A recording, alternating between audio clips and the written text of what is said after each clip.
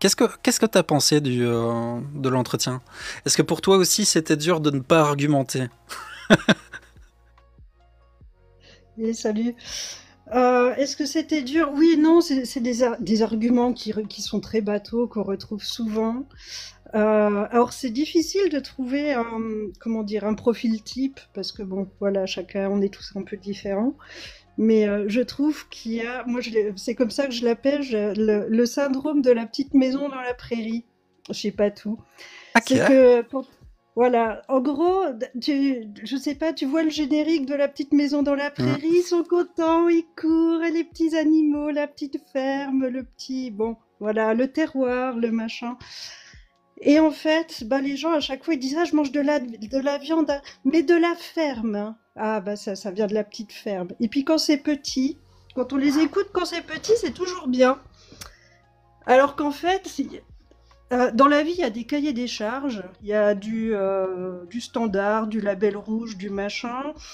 Il y a toujours des équipes de vétérinaires qui viennent, qui donnent des certifications. Enfin, je veux dire, que la ferme soit petite ou grosse, la façon de faire est toujours la même. En fait, c'est l'échelle qui change. Et je sais pas pourquoi, et ça c'est un peu agaçant, dans la tête des gens, ah mais c'est la petite ferme. Alors c'est vrai que localement, ça peut avoir un impact économique parce qu'on a l'impression de savoir où va notre argent quand on donne directement au fermier plutôt qu'à la grande distribution. Il y a ce petit truc éthique en plus qui fait qu'on se donne bonne conscience. Euh, Mais voilà, et puis il y a le côté un peu terroir, ça fait toujours plaisir de manger du bon beurre. Comme elle disait, oh le beurre, le beurre. Or le beurre c'est ultra transformé, hein. Il n'y a pas plus transformé que le beurre. Et le fromage. Et Voilà, j'avais très envie de poser la question que tu avais posée dans le chat, de simplement ouais, de dire, ok, c'est quoi ultra transformé? c'est Parce que ça. genre même des céréales ou quoi, est-ce que c'est ultra transformé? Est-ce que c'est transformé? À quel niveau? Parce qu'il y a des niveaux Voilà, de transformation qui au final sont des étapes. Mais le pain, par exemple, c'est transformé. tout à fait. Et en fait, je crois qu'il y a aussi un flou énorme dans la tête des gens, et c'est pour ça qu'on en parle beaucoup médiatiquement, parce que les médias adorent la confusion et le flou dans la tête des gens. La cuisson, c'est déjà une transformation en soi, heu, mais je trouve ce qui convient le mieux, c'est de dire raffiné. Voilà. Hmm. L'ultra Ouais. transformation, c'est quand quelque chose est raffiné. Le beurre, c'est du gras raffiné de lait qui a été pasteurisé. Donc déjà, tu as plusieurs étapes de transformation dedans. Le fromage, c'est tu prends le lait, tu le fais cailler, tu les goûtes, donc là, tu raffines et après tu affines. Oui, enfin bon, tu le fais moisir. Pareil aussi dans le terroir, il y a toujours un vocabulaire qui fait qu'on est des connaisseurs, alors que le monde du véganisme n'a pas ce vocabulaire un peu classiste pour dire ah oui non mais les traditions, le terroir, les AOP, les machins, enfin bref tout ce qui fait que des fois tout ça c'est un peu du bullshit quand même. Donc en fait, voilà, je trouve que Patou est très là-dedans. Il y a un côté bien, bien français, un peu fier d'appartenir à ça. Euh, et peur de bah, quelque chose qui pourrait paraître fade, chimique, parce que bon, voilà, bah en fait, non.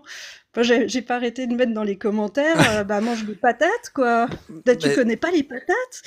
il y a Voilà, le côté, c'est. il y a le côté aussi de, bah, quand on connaît pas spécialement. Enfin, je veux dire, moi-même, j'ai été éduqué dans une famille classique où on mangeait de la viande à tous les repas, etc. Et c'est vrai que le jour où j'ai pris ma décision, qui était éthique comme pas tout, ben, je me suis dit, waouh, mais je vais plus rien manger, je vais mourir de faim. Genre, tout ce que je vois, tout ce que je mangeais, tout ça, je vais le jeter à la poubelle. Mhm. Et je visualisais pas qu'en fait, les plantes sont suffisantes, enfin qu'on peut faire à peu près tout avec ça, tu vois. Mais Euh, c'est énorme ce qu'il y a, c'est énorme. ouais. Mais tu le visualises pas quand t'es dans l'étape carniste, quoi. Et du coup, je C'est comprends vrai. je comprends complètement la crainte qu'il y a autour de ça. Euh, Il y a aussi un truc, les légumes font peur, et je trouve que dans la cuisine française, parce qu'elle a dit aussi, ah, mais j'aime la viande. Alors moi, je mets pas tout, je sais qu'elle nous écoute. Petit défi pour pas tout. Parce qu'en général, les gens disent, ah, moi j'adore la viande, mais j'aime pas les brocolis. Pas tout, défi, tu vas cuire tes brocolis, tu vas cuisiner tes brocolis comme tu cuis de la viande, et tu vas cuisiner ta viande comme tu cuis des brocolis. C'est-à-dire que ta côte de bœuf, tu vas la faire bouillir et trop bouillir dans de l'eau non salée, et tu vas la manger comme ça. Tu vas voir, la viande, c'est pas bon.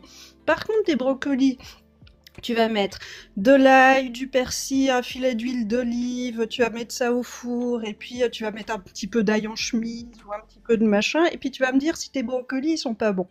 Parce qu'en fait, les gens aiment pas les légumes parce que bah, ils savent pas cuisiner les légumes. Ah, Pato Voilà, dit il y a ça dans les aussi. commentaires qu'elle adore les brocolis. Voilà. Ah bon, bah, je sais pas, un autre légume, mais bref, t'as compris le principe. Souvent, les gens, ils aiment la viande parce que la viande elle est toujours cuisinée avec du gras, avec de la crème, avec des machins qui font que, bah ouais, le cerveau, il adore ça, quoi. Donc, Mm. ouais, en fait, je crois il faut voir aussi les légumes autrement, comme le plat de consistance. Alors, pas que les brocolis, mais ça peut être tout, quoi. Les patates, les beans, tout ça. Est-ce qu'il y a une question que tu aurais voulu poser? Genre, si tu devais, durant l'entretien, une seule question que tu aurais voulu poser si tu étais à ma place? Ah oui, ouh, il y en avait, mais bah, c'est celle qui est posée là maintenant. Bah, par rapport à la transformation, euh, en fait, elle a peur que tout soit très transformé quand c'est vegan. Et, et en fait, bah voilà, c'est est-ce qu'elle tue elle-même les animaux qu'elle mange? Parce qu'au niveau transformation, un animal, entre l'animal vivant et la côte de bœuf que prête à mettre dans la poêle, bon, l'animal, faut le tuer, comment dire, enlever tous les boyaux, découper la carcasse. Il y a aussi beaucoup de réfrigération dans tout ça. Des fois, faut le déplumer ou enlever les écailles selon. Enfin bref, des fois, je me dis, mais est-ce que c'est pas plus simple de mettre des patates dans une cocotte minute? Tu vois, voilà, et c'est vraiment, est-ce que c'est autant de préparation que ça? Est-ce qu'elle préparerait l'animal Hmm. vivant? Elle dit qu'elle se sentait comme un animal, hein, comme un prédateur. Est-ce qu'elle serait capable bah, de faire tout le processus avec l'animal de l'animal à l'assiette, en fait? Compliqué.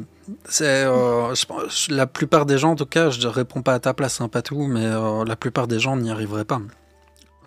C'est ça. Ça serait même une souffrance, et je pense que ça écarterait beaucoup de monde de l'alimentation carnée que de regarder les êtres en souffrance devenir mourir, quoi. Mais, mais à la limite, tu vois, c'est même pas sur l'aspect souffrance. C'est juste sur l'aspect travail. L'aspect de prendre un couteau, enlever la peau, enlever les plumes, enlever les boyaux, enlever. Enfin, tu vois, je veux dire, ceux qui peuvent dire que faire des légumes c'est compliqué, ah, faut éplucher les légumes, bah, essayez de tuer un animal, hein. Là, c'est du boulot, hein. Hmm. Ouais, Tu vois, complètement. enfin, même l'aspect, à la limite, on peut se dire les animaux, on s'en fout. Ils sont là pour ça, on les bouffe, on s'en fout. L'aspect process de la viande, parce qu'on n'a pas à le faire en fait. Ils arrivent en barquette direct dans nos supermarchés. C'est comme, je sais pas moi, les gens qui râlent quand on a des fruits prédécoupés en supermarché. Ils disent ah là là, tout ce plastique, c'est pas écolo. Je dis, eh, regardez votre viande. Elle Hmm. arrive aussi prédécoupée en barquette, tout pareil, hein. Mais la viande, ça gêne pas. Les fruits et légumes prédécoupés, ça gêne. Donc, s'il y a des gens qui veulent monter pour poser des questions par rapport au sujet, si vous avez des questions que vous auriez voulu que je pose, n'hésitez pas à monter. Et si vous avez un avis tranché sur la question et que vous avez envie de le partager, n'hésitez pas non plus. Euh, alors, Patou dit que tu te contredis. Mais Et on Ah, verra ça après. On verra ça. ok. Euh, Je te fais des bisous, Patou, bon appétit et je veux pas savoir ce que tu manges. je vais inviter Karel. Voilà. Un blanc, attends, Patou va voir. Ouais, bah non, un blanc, c'est pas possible. C'est pas possible, parlez. Bah voilà, Parlez elle a remis vite. son micro. Non, pendant que... Non, là, je l'ai remis pendant que j'ai 2-3 minutes parce que je prépare un truc. Je vais peut-être faire juste un peu de bruit. Non, alors ce que j'ai mangé, là, j'ai mangé des pâtes, des carottes, des poireaux revenus dans une sauce soja. Donc voilà. Ah. Tu vois? Ouais, bah normal quoi. Bah Y a oui, rien de- mais ça, non, mais rien d'extraordinaire. Oui, mais ce que je veux dire, c'est que, Tu vois, mais non, mais on est fastoche. d'accord. C'était vegan, mais c'était fastoche. Oui, mais ça pour moi, ça, tu vois, pour moi, j'ai pas été végane là-dessus. Je vois pas où est le vegan là-dedans. Bah le vegan, tu manges des patates, de la salade, des oignons. Oui, mais des ça, je le fais carottes. tout le temps. Mais ça, c'est mon. C'est en fait ce que j'essaie d'expliquer, et je crois que c'est l'idée reçue que moi alors comme tu disais, le côté petite maison dans la prairie, je le cache pas, j'adore, hein. Comme j'ai dit tout à l'heure, je suis une fan. Donc mais c'est pas pour ça, hein. Le côté petit, mignon, grand, animal, non, ça j'ai pas ce côté-là. Moi, que ça soit petit ou grand, un animal, ça reste toujours un être vivant. Je suis désolée, je viens de me prendre dans une fausse toile d'araignée. C'est purée. Oh, Ah, bah purée. t'es un animal, voilà. Bah, voilà. Oui, hein, Ah, ça, ah non, Voilà, exactement. je suis bloqué. Et là, il y a l'araignée qui va arriver, elle va me manger. bouffer. Voilà. Mais je vous dis pas la taille, hein, de l'araignée. Et en fait, non. Ce côté, c'est politiquement correct de penser comme moi, je pense. Non, non, pas du tout. Je t'assure, pardon, Ouais, Charline. bah, pas de soucis. Voilà. Charline, je t'assure que c'est pas du tout mon truc. Justement, je suis pas dans le politiquement correct. C'est ce que je disais, c'est que je connais pas non plus. Et je me demande justement. Je t'assure que je fais plus de repas véganes que de repas viandards ou des œufs. J'aime ça. Je dis pas le contraire. J'en utilise. J'utilise du beurre, mais c'est pas non plus mon comment. Déjà parce que ouais, je trouve que ça coûte cher. Je trouve que voilà, de la bonne viande, comme on dit, on peut le dire, de la bonne viande, c'est pas un gros mot, hein. Est-ce On que peut pas, hein. ah ben pour vous oui, mais pour C'est moi comme un non. bon V, hein. Ouais, un bon Tu vois, V. Non, mais, non. mais si, franchement, en fait, tu vois, quand on croit que manger Ouais. de la viande, c'est un choix personnel, bah, c'est oublier le choix de l'animal qui finit dans ton assiette. Oui, mais le chasseur-cueilleur. Moi, j'ai une question, Charline. Le chasseur-cueilleur de nos ancêtres. Est-ce que Il tu n'était penses pas nos sincèrement ancêtres. pourquoi ne l'était pas? Non, mais t'es Pourquoi pas t'es pas Je nos suis ancêtres. d'accord, je suis d'accord. Et c'est bien pour ça, justement, c'est bien pour ça que j'évolue, moi, et que je tends à le faire de plus en plus. C'est là où je pense que tu n'as pas entendu. Non, mais en fait, le problème, c'est que les gens, alors, il y a un billet que je sais pas comment ça s'appelle, que je trouve super, c'est que les gens, ils vont pas agir en fonction de leur morale. C'est, en fait, ils agissent comme ça les arrange, et après, ils ajustent leur morale en fonction de leurs actes. Et en général, c'est comme ça. Et puis, ils vont dire, ah oui, non, mais je mange de la viande, mais une fois par semaine, oh, ça va. Bah, le oh, ça va, c'est parce que toi, tu ajustes ta morale à tes actes. En posant tes actes, ça va. Donc, en fait, comment dire, ce truc-là, dans la globalité, tu peux me dire, ah oui, mais je mange vegan quasiment 9 fois sur 10. Oui, mais la fois où c'est pas vegan, moralement, ça tient pas plus, tu vois. Oui, Et en mais fait, c'est là où le discours des véganes me dérange. C'est-à-dire qu'il n'y a pas de tolérance, c'est la tolérance zéro. mais Alors c'est pas attention, hein. Alors tolérance j'explique zéro. aux gens qui sont là, c'est que Charline et moi on se connaît, hein. Il n'y a pas de souci, il y aura pas, c'est pas parce qu'on n'est pas d'accord du tout. Non, Ouais. voilà, tu vois ce que je veux dire, c'est que pour moi, Mais ce que rappelez-vous, tu laisses transparaître, c'est de la tolérance zéro. non, Et non, ça, c'est une le question. truc, c'est on va arrêter de faire un appel à nos ancêtres et aux lions et à je sais pas quoi quand ça nous arrange, et puis de dire on est quand même vachement plus évolué que les poules quand ça nous arrange. Il Non, arrive à un moi, moment, non. Mais justement, t'as pas écouté, j'ai pas dit ça. J'ai dit que je me considère.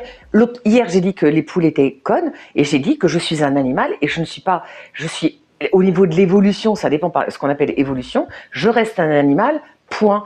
Et je reste aussi conne qu'une poule par moment, vraiment, mais premier degré.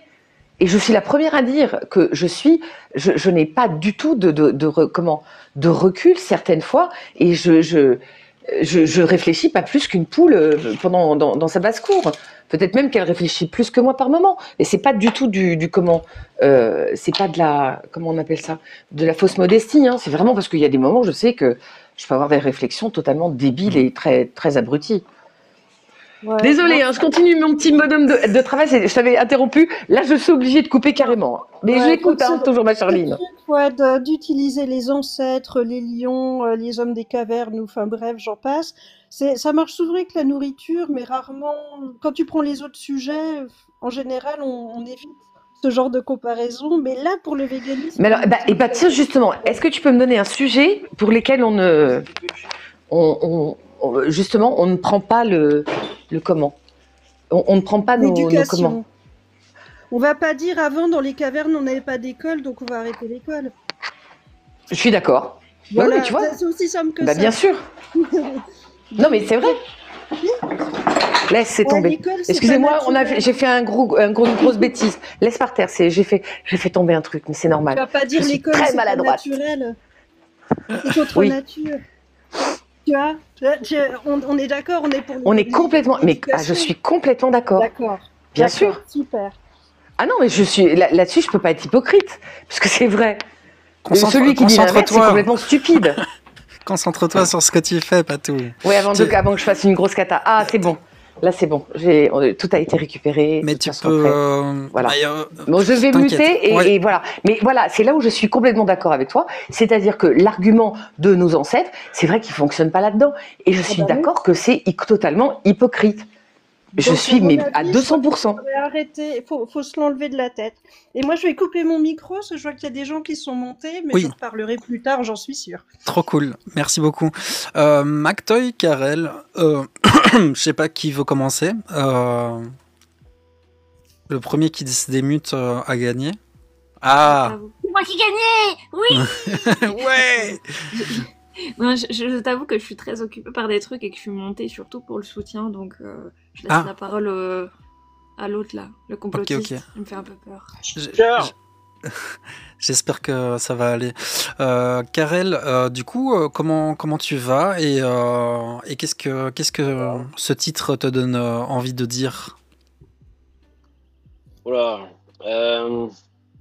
Est-ce que tu te vois dans ce titre? Oui, moi je suis là-dedans. Je ne veux pas être vegan aujourd'hui, en tout cas. Mais c'est vrai que je suis pas insensible. Je suis normal, quoi. Je suis pas insensible aux animaux qui souffrent. Mais j'accepte qu'il y a des animaux qu'on a élevés depuis longtemps pour les manger, en fait.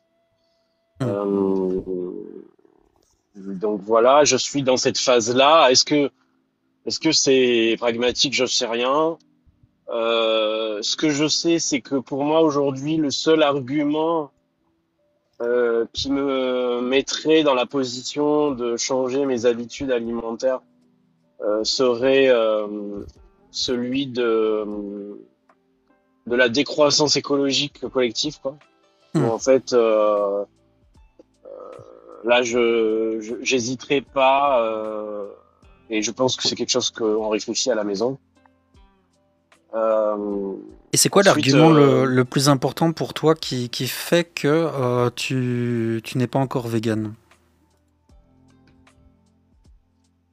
Le plus important, écoute, je sais.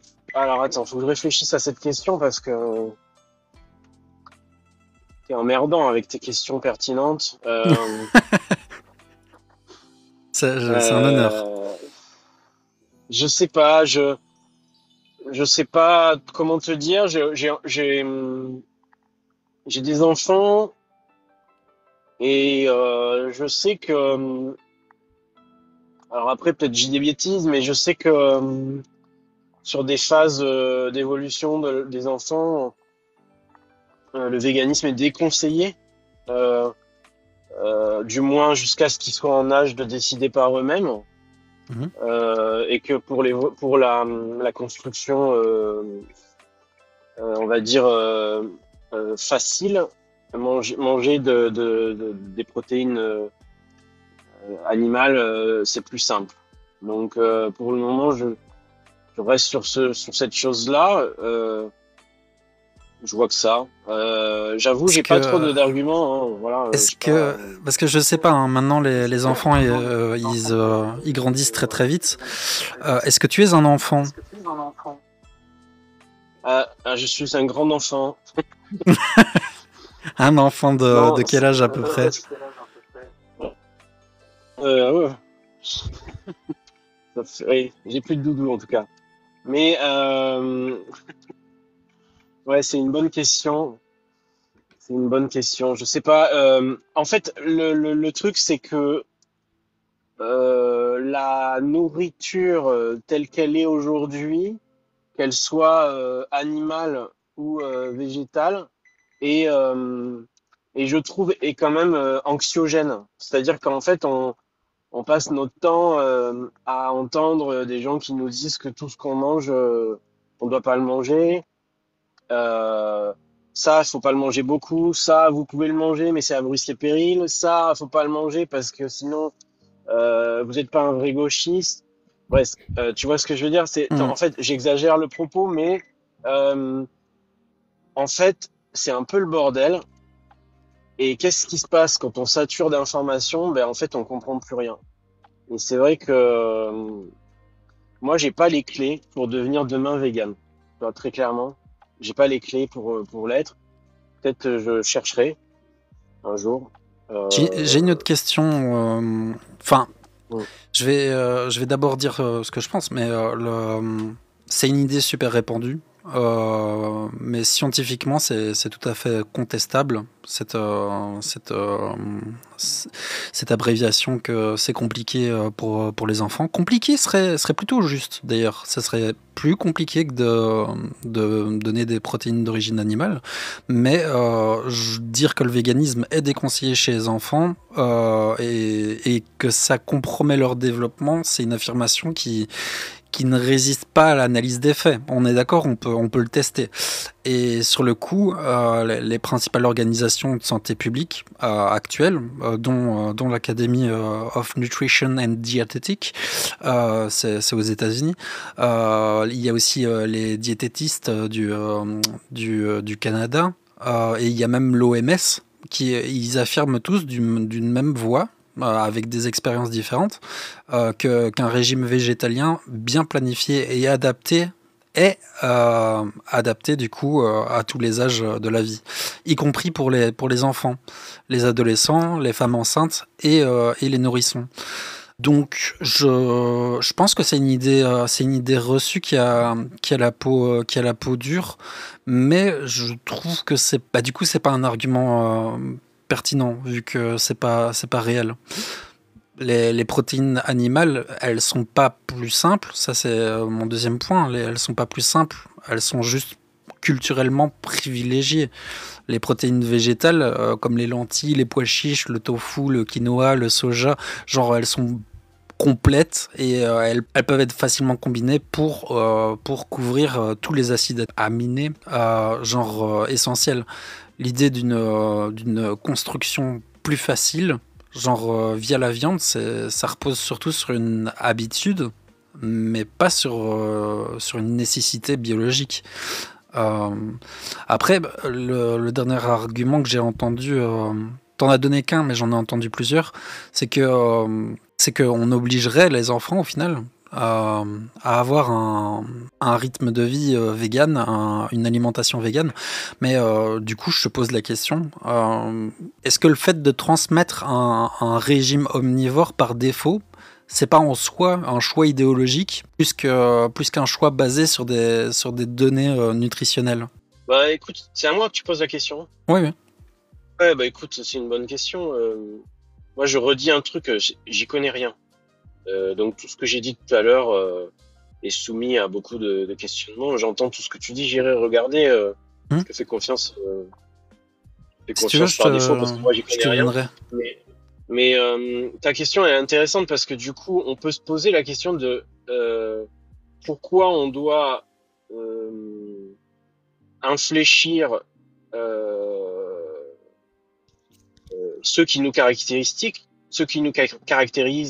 vis-à-vis de la biologie, tu vois. C'est-à-dire, les spécialistes disent que on est omnivore. Pourquoi en 2026 tout le monde va devenir vegan? Et du coup, casser cette habitude-là, moi c'est une question, j'ai pas la réponse. Mais est-ce qu'on est capable de le faire? Est-ce que tu vois, est-ce que ça s'est déjà vu à l'échelle du monde une espèce qui change d'habitude alimentaire drastiquement? Oui. C'est des bonnes questions. Et je peux te répondre avec aisance parce que sur le coup, c'est un fait. On restera omnivore. Sauf si une évolution très très lointaine nous amène à changer de microbiote, etc. Notre capacité, c'est quoi être omnivore, Karel? C'est la capacité à digérer des produits d'origine animale, mais aussi tout le reste. Un peu tout, oui, un peu Oui. tout. Oui. Ce qui nous oblige Oui, on n'est pas, pas carnivore. Oui. ça ne nous oblige en aucun cas de manger tout le reste. On peut digérer les excréments, par exemple. C'est une capacité qu'on a. Tu vas trop loin.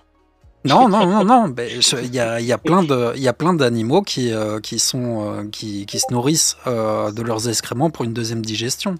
On n'a pas de Alors, deux estomacs et ouais. quand on fait une déjection, il reste encore des nutriments. Mais Alors, moi, je vais pas inciter les gens à boire leur pipi, parce ce qu'il que y en je a qui veux, le font sur Internet. ce que je veux dire, c'est simplement que on a des capacités. Est-ce que ça nous oblige à les utiliser? Oui, c'est une bonne réflexion. Est-ce que je peux ajouter un mot? Oui. Mais bien Parce sûr. que omnivore, c'est qu'il peut manger de tout. Alors, ok, bon, déjà, c'est très flou, hein. Ça voudrait dire qu'on pourrait manger aussi que de la viande pendant plusieurs mois. Et ben ça, c'est pas possible chez l'homme. Déjà, au bout de 2 mois, t'as le scorbut. Parce que l'être humain est un des rares animaux à ne pas synthétiser sa vitamine C. Donc déjà, on est dépendant des végétaux. Voilà, déjà en partant là-dessus.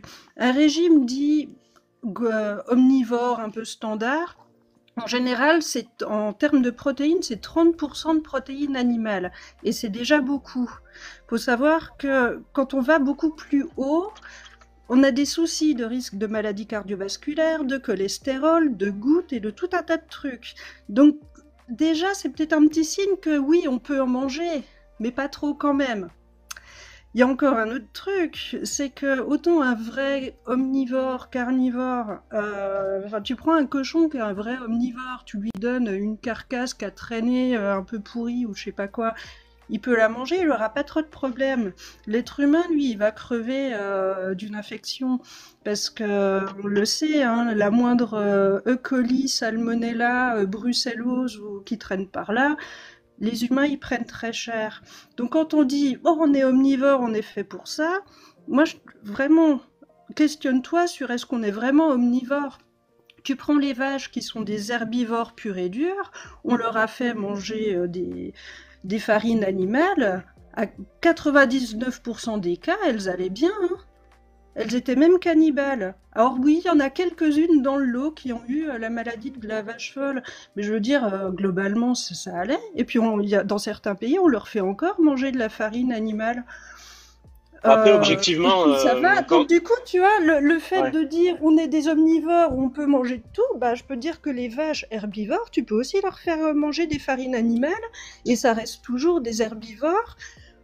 Faits pour manger de l'herbe plus que des farines animales. Je veux dire, à un moment, les animaux, tu leur fais manger un truc avec des glucides, des protéines, quelques fibres, que ce soit un lion, une gazelle, une vache ou un escargot, ils vont le digérer.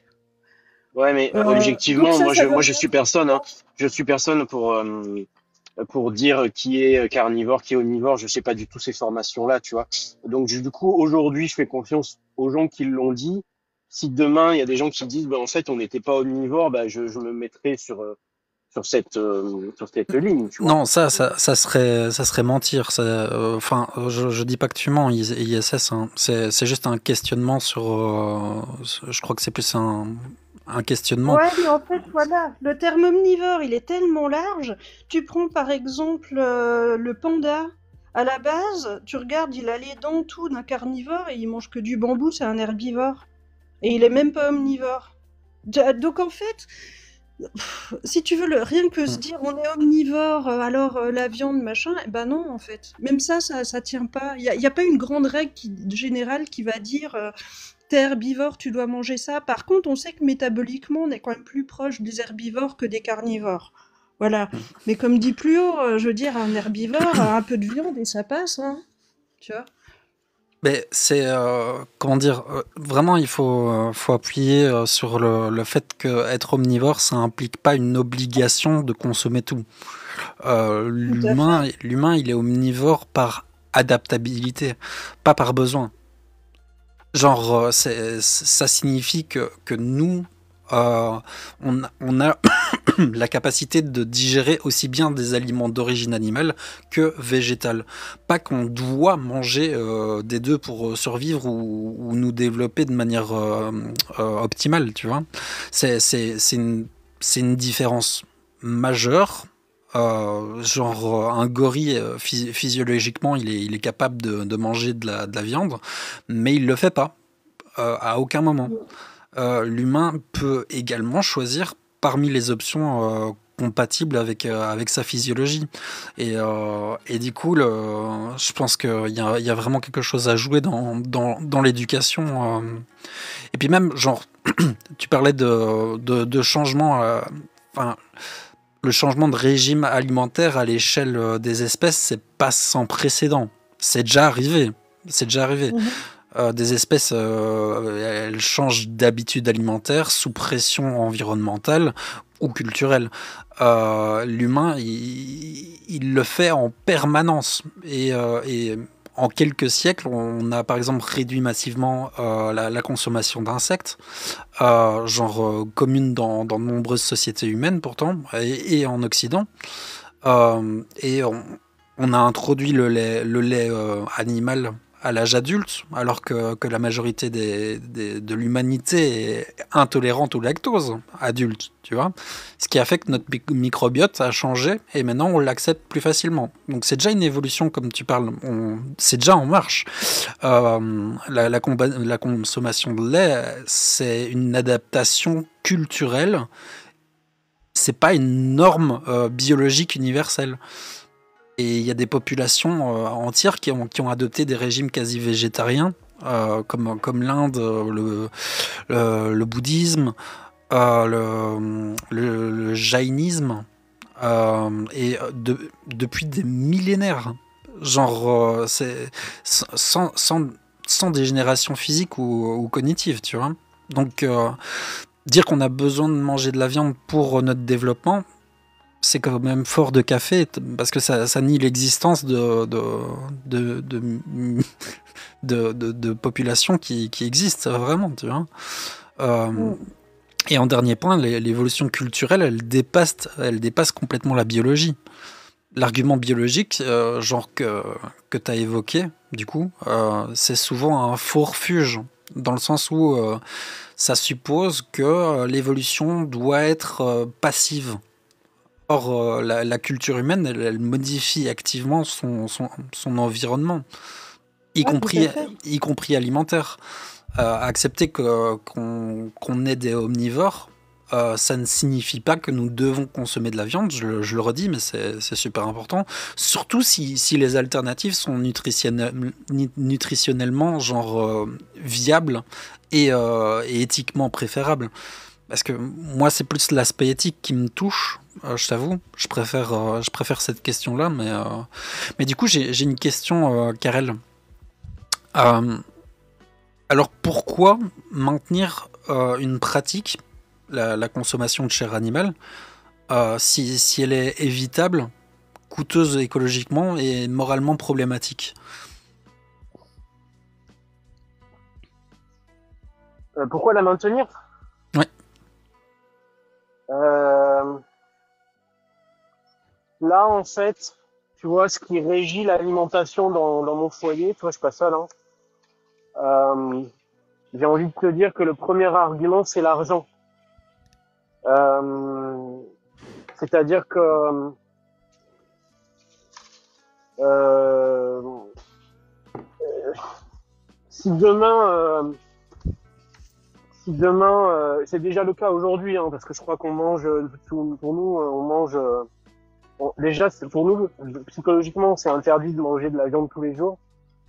Euh, donc, nous, ce qu'on fait, c'est qu'on réduit déjà notre quantité de viande à cause du coût, tu vois, que ça peut produire. Je réfléchis à ça, mais si demain les exploitations animales deviennent plus légères et que du coup le prix de la viande augmente, nous on achètera plus de viande, donc on passera très bien en fait, tu vois. Donc je pense que tu as raison, c'est peut-être une habitude culturelle, je sais pas, intériorisée qui fait qu'on change pas de truc. Et puis bon, je pense que biologiquement ça touche l'endorphine, j'imagine, donc voilà, c'est presque une addiction quoi, la viande. Euh, donc merde, j'ai oublié ta question. Putain, pire qu'un académicien quoi. En vrai, pour moi, t'as quand même répondu, mais ma question, c'était pourquoi maintenir une pratique qui pose des problèmes majeurs, mais qui est évitable. Genre, c'est coûteux écologiquement et moralement problématique. Ouais. Moi, j'ai fait beaucoup de reportages vidéo à une époque. J'ai fait beaucoup je travaillais en tant que technicien, mais j'ai fait beaucoup de reportages sur des trucs, on va dire, écologie, où en fait on montre des éléments des légumes ou de la viande qui sont mal gérés, on va dire, je vais simplifier, sont mal gérés et qui du coup on met en évidence ces agricultures-là qui sont un peu défoncées. Ça fait un peu flipper. Aujourd'hui, je trouve que les légumes qui seraient qualitatifs et en quantité, hein, parce que pour l'année, sont, à mon avis, hein, sont trop chers par rapport à la viande. Et le problème, c'est que la viande, elle est pas qualitative non plus. Hein, tu vois. Attends.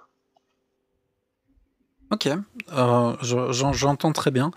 ISS, tu voulais interagir avant que je réponde? Ouais, il y a un petit peu, enfin là je réagis juste à ce qu'il vient de dire. Il y a l'idée que la viande, c'est cette espèce de truc précieux dans l'alimentation, le truc qui rend un peu fort, et la qualité, si on n'a pas la viande, qu'est-ce qu'on va manger? On va un peu dépérir, et puis dans la nature, il en faut, et puis tout ça. En fait, je crois qu'il faut vraiment s'enlever cette idée de la tête. Parce que c'est encore lié aux viandes égales protéines, acides aminés essentiels, t'en as pas, tu vas mourir, quoi. Ça faut se l'enlever. Des protéines, il y en a partout. Alors c'est sûr que des fois, quand il dit ouais, par exemple les légumes frais, c'est pas qualitatif.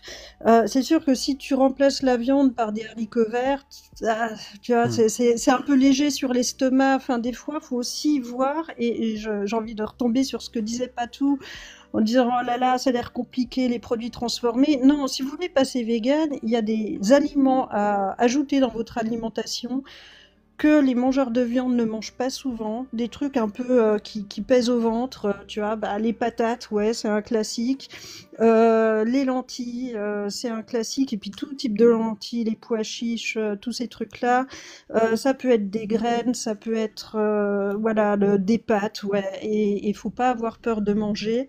Donc, pour en revenir au fait que ouais, la viande ça coûte cher, c'est vrai, et être vegan ça coûte pas cher. Mangez des lentilles, des pâtes, des patates, du chou, faites-vous des bonnes soupes, du bon pain complet, voilà, tout ça c'est vegan, ça coûte que dalle, c'est fastoche, voilà, j'ai envie de réagir par rapport à ça, et il y a toutes les protéines qu'il faut.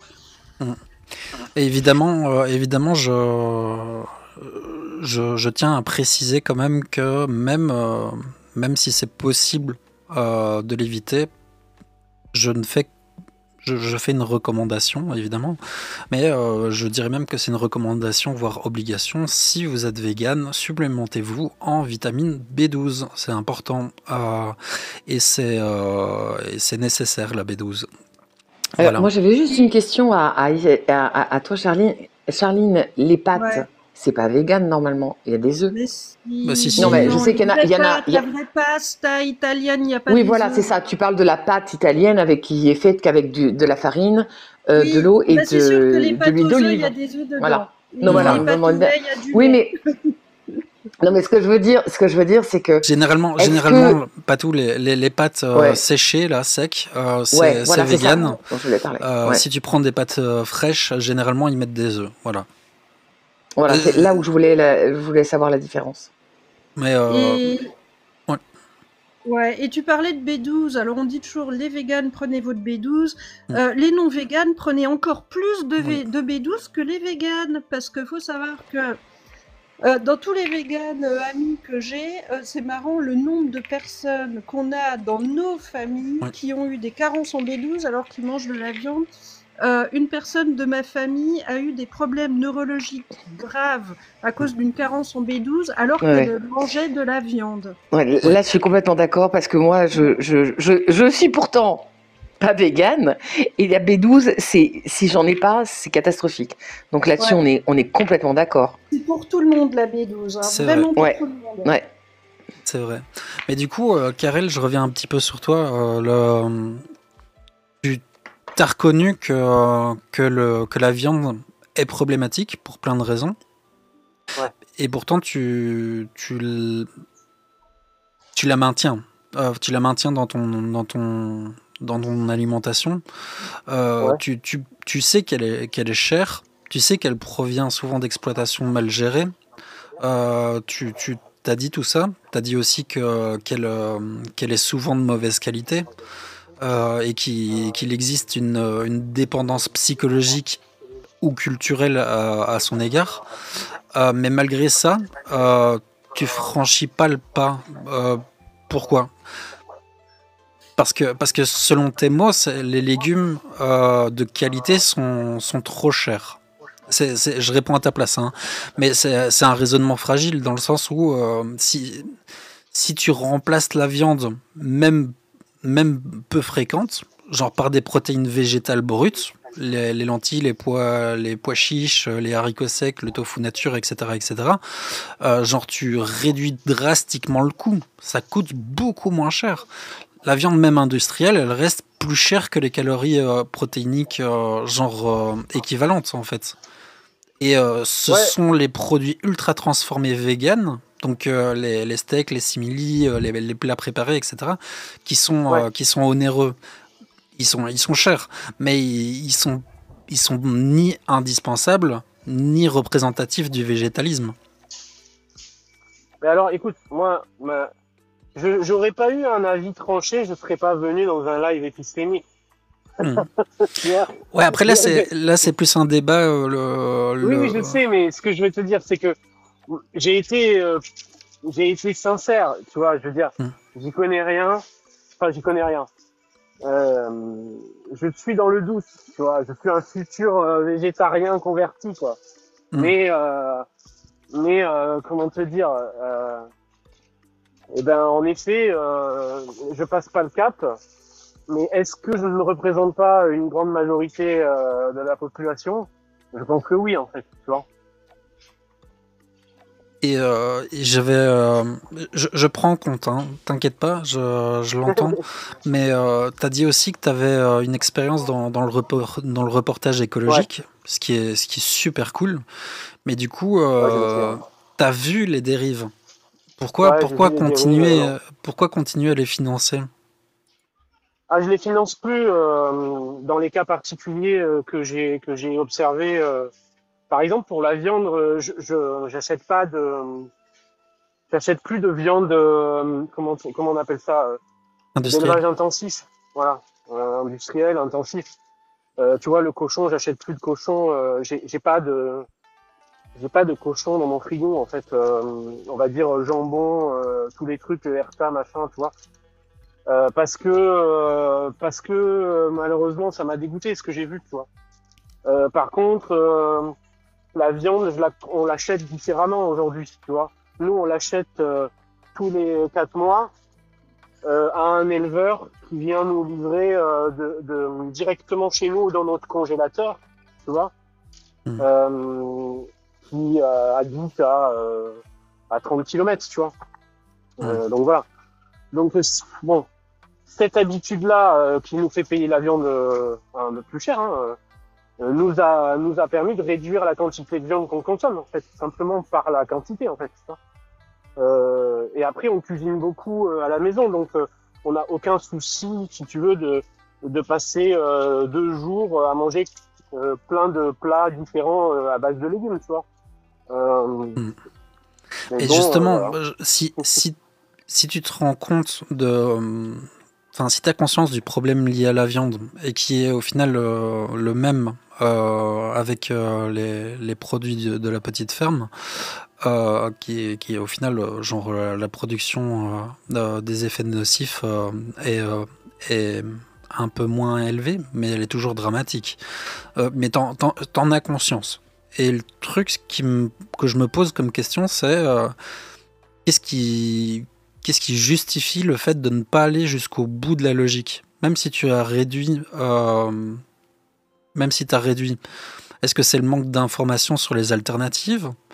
Une difficulté d'organisation ou comme pas tout, la gestion par rapport à l'énergie? euh, ou est-ce que c'est simplement une résistance à remettre en question une habitude familiale profondément ancrée? C'est quoi de ton côté? Euh, je pense que l'habitude ancrée, on peut pas la nier, tu vois. Hmm. Ça, c'est sûr, c'est évident. Après qu'elle soit familiale, je sais pas trop. Je pense que c'est plutôt au niveau de la société parce que j'ai pas forcément été éduqué à manger de la viande tout le temps, mais en fait au quotidien, en fait, on passe notre temps à manger de la viande, tu vois. Je veux dire, c'est en termes d'endoctrinement, on est pas mal là-dessus. Euh, donc ça, je suis d'accord avec toi. Mais après, j'ai pas de solution. Moi, je viens avec le rouvert là-dessus. Mais les deux trucs que tu as dit juste avant, euh, j'ai oublié. Je suis désolé. Mais je voulais parler de ça. Merde. Tu peux me redire juste avant que tu parles de l'habitude. Je t'ai parlé des problèmes liés à la consommation de viande. Ouais. Je t'ai dit que ouais, par rapport à ton profil dans le reportage écologique, t'as vu Ouais. qu'il y avait les dérives, pourquoi continuer à les financer? Ouais, mais ça, j'ai dit. Ouais. Et ensuite, il y a toujours l'argument du prix, qui est un faux argument, parce que ça coûte beaucoup moins cher d'acheter des denrées alimentaires basiques. Ouais. Ouais, ma question, c'est simplement pourquoi, vu que tu as conscience de tout ça, pourquoi pas aller au bout de la logique? Pourquoi Ah s'arrêter oui, voilà. Ouais. à un petit peu de souffrance plutôt que de ne pas en produire du tout? Bah après, c'est parce que je sais pas, parce que moi, je sais pas si ça intéresse beaucoup de gens, hein, cette discussion, mais en tout cas, je vais le dire, mais euh, toi, tu parles de logique, aller au bout de la logique, mais en fait, c'est peut-être ça la problématique des gens qui sont véganes et des gens qui ne le sont pas encore. C'est peut-être parce que vous imaginez peut-être pas que nous, on n'a pas la logique de totalement arrêter d'un coup, en fait. Tu vois. je sais pas, moi je suis pas rentré, si tu veux, dans une logique consciente de dire que je vais arrêter de la viande. Je sais pas si c'est clair là-dedans dans ce que je dis. Oui, oui, oui, complètement. Mais après, on va pas parler des groupes de nous, vous, etc. On parle de toi parce que t'as les réponses Oui, oui. pour toi.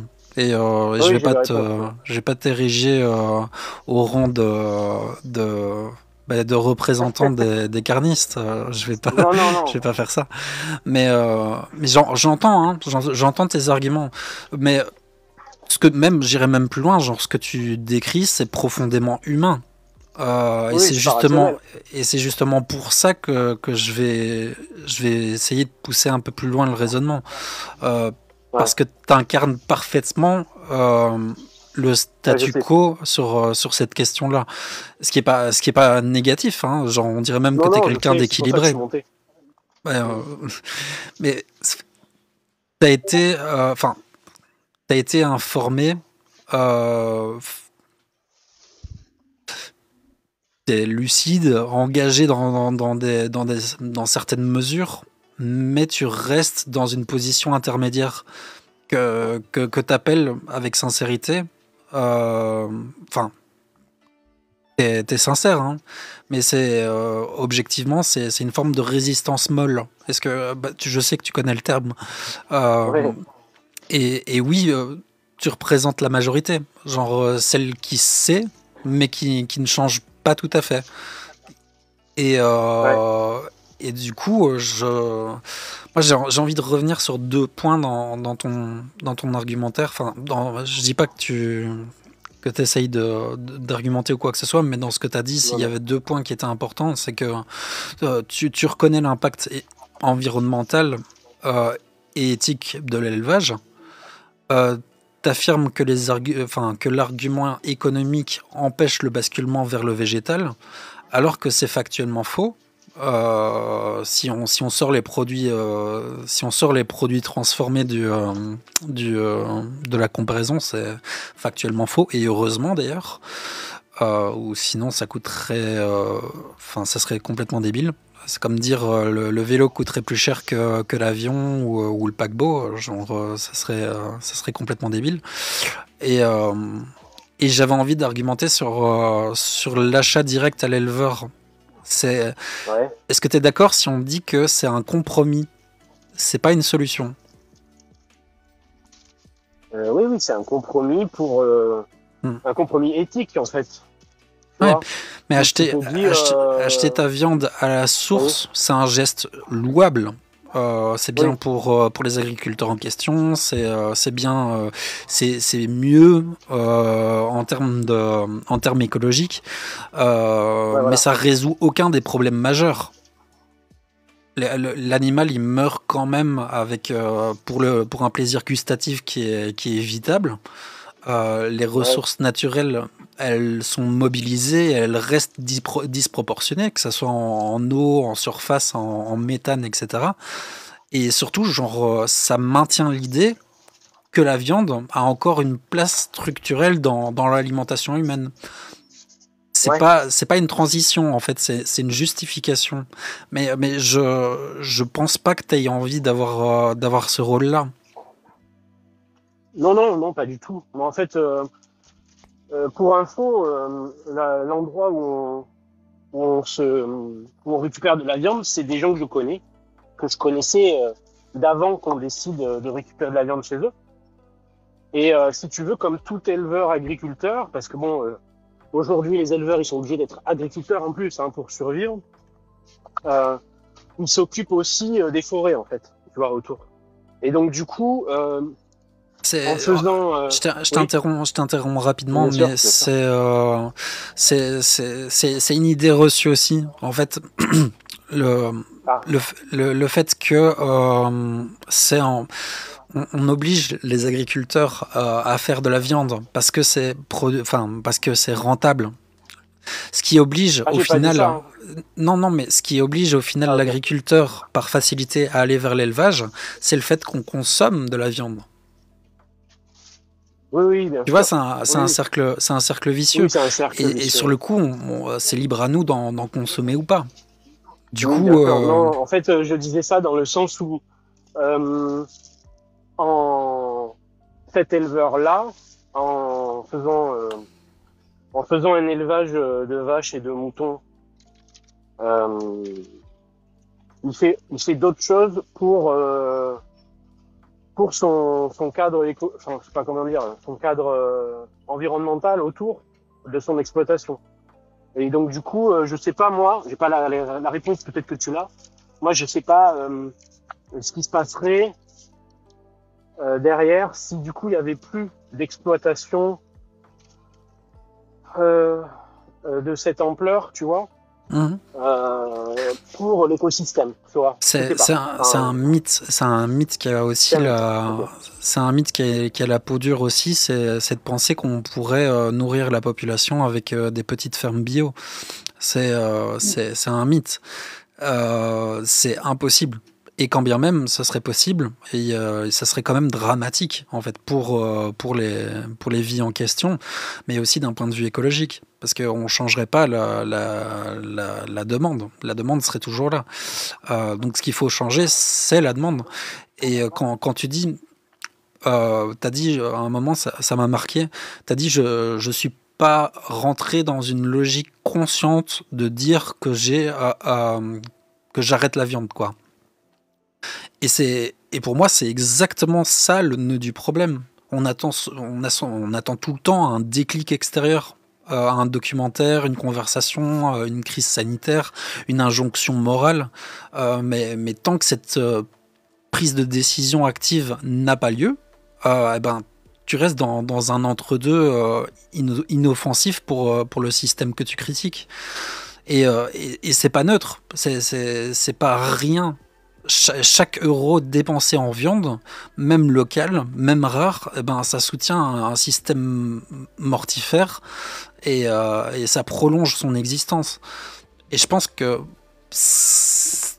là, à ce niveau-là de la conversation, tu dois te dire, ouais, ok, mais genre, c'est quoi la solution, tu vois? Genre, il doit y avoir une solution. Ben, pour moi, la solution, elle est devant toi, hein. Genre, c'est la dissonance.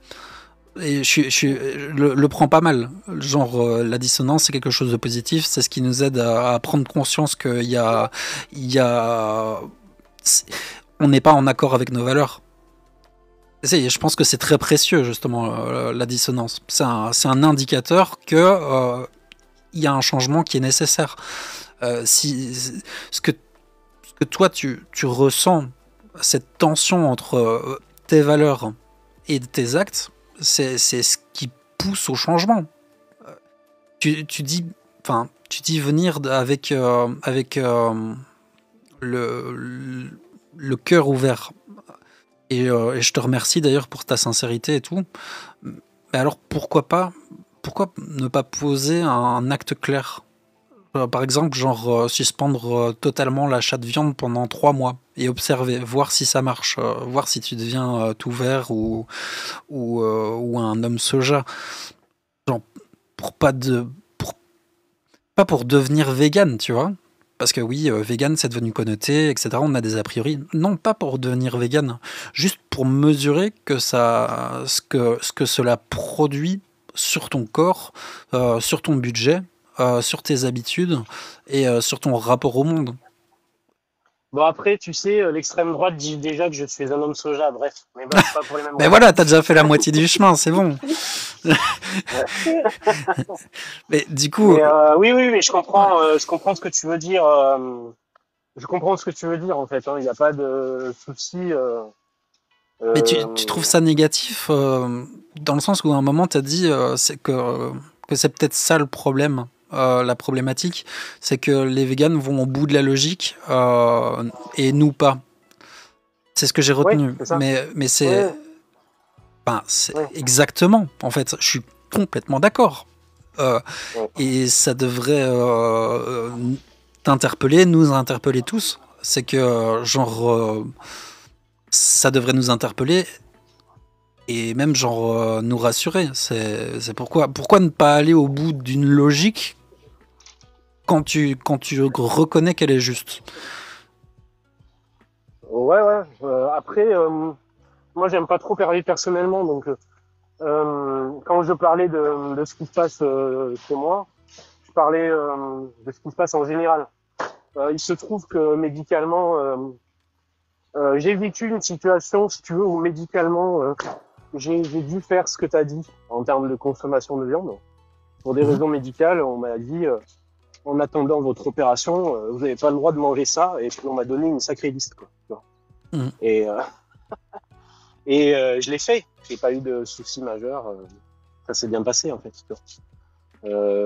C'est pour ça que tout à l'heure que je t'ai dit, je pense être un futur végétarien converti, tu vois, mais...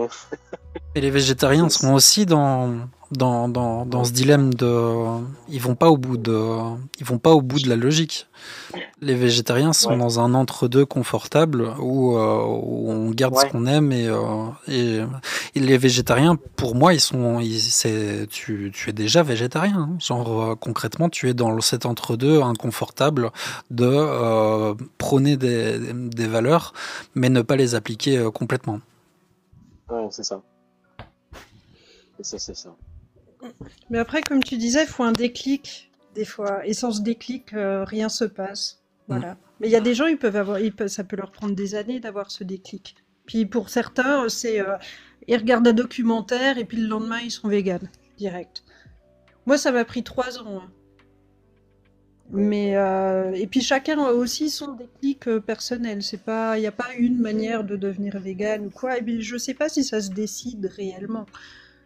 Tu vois. Parce qu'il y a aussi des gens qui disent allez, je fais des efforts, je deviens végane. Déjà, si dans ta tête c'est déjà un effort, tu pars en me disant, bah, comme moi quand j'ai essayé d'arrêter de fumer, je vais faire l'effort et puis on verra bien. Puis en fait, 2 jours après, on refume des clopes, quoi. Ouais. Et en fait, si on part déjà comme ça marche pas.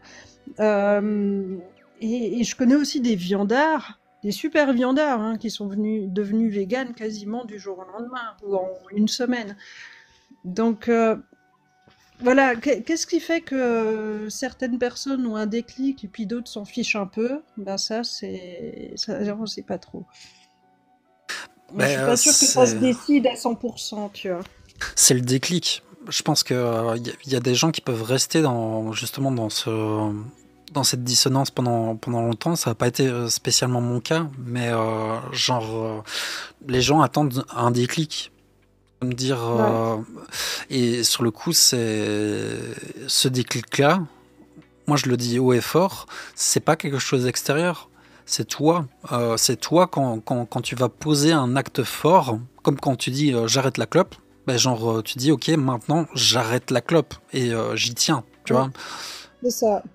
C'est un acte personnel, c'est un acte fort et généralement c'est la question que je pose parce que dans le sens où c'est qu'est-ce qu'on attend concrètement pour poser un acte fort? Est-ce que c'est cet acte fort le déclic? Genre si on admet que le système est absurde, que la viande n'est ni indispensable, ni saine, ni durable, il faut faire quelque chose. Mais alors moi, j'avais une dernière question pour vous. Ah pardon, oui. Vas-y Charlie. Ah ben pas tout est revenu. Oui, non, je vous écoute. Hein. Moi j'avais une dernière question. Vas-y Charline, excuse-moi.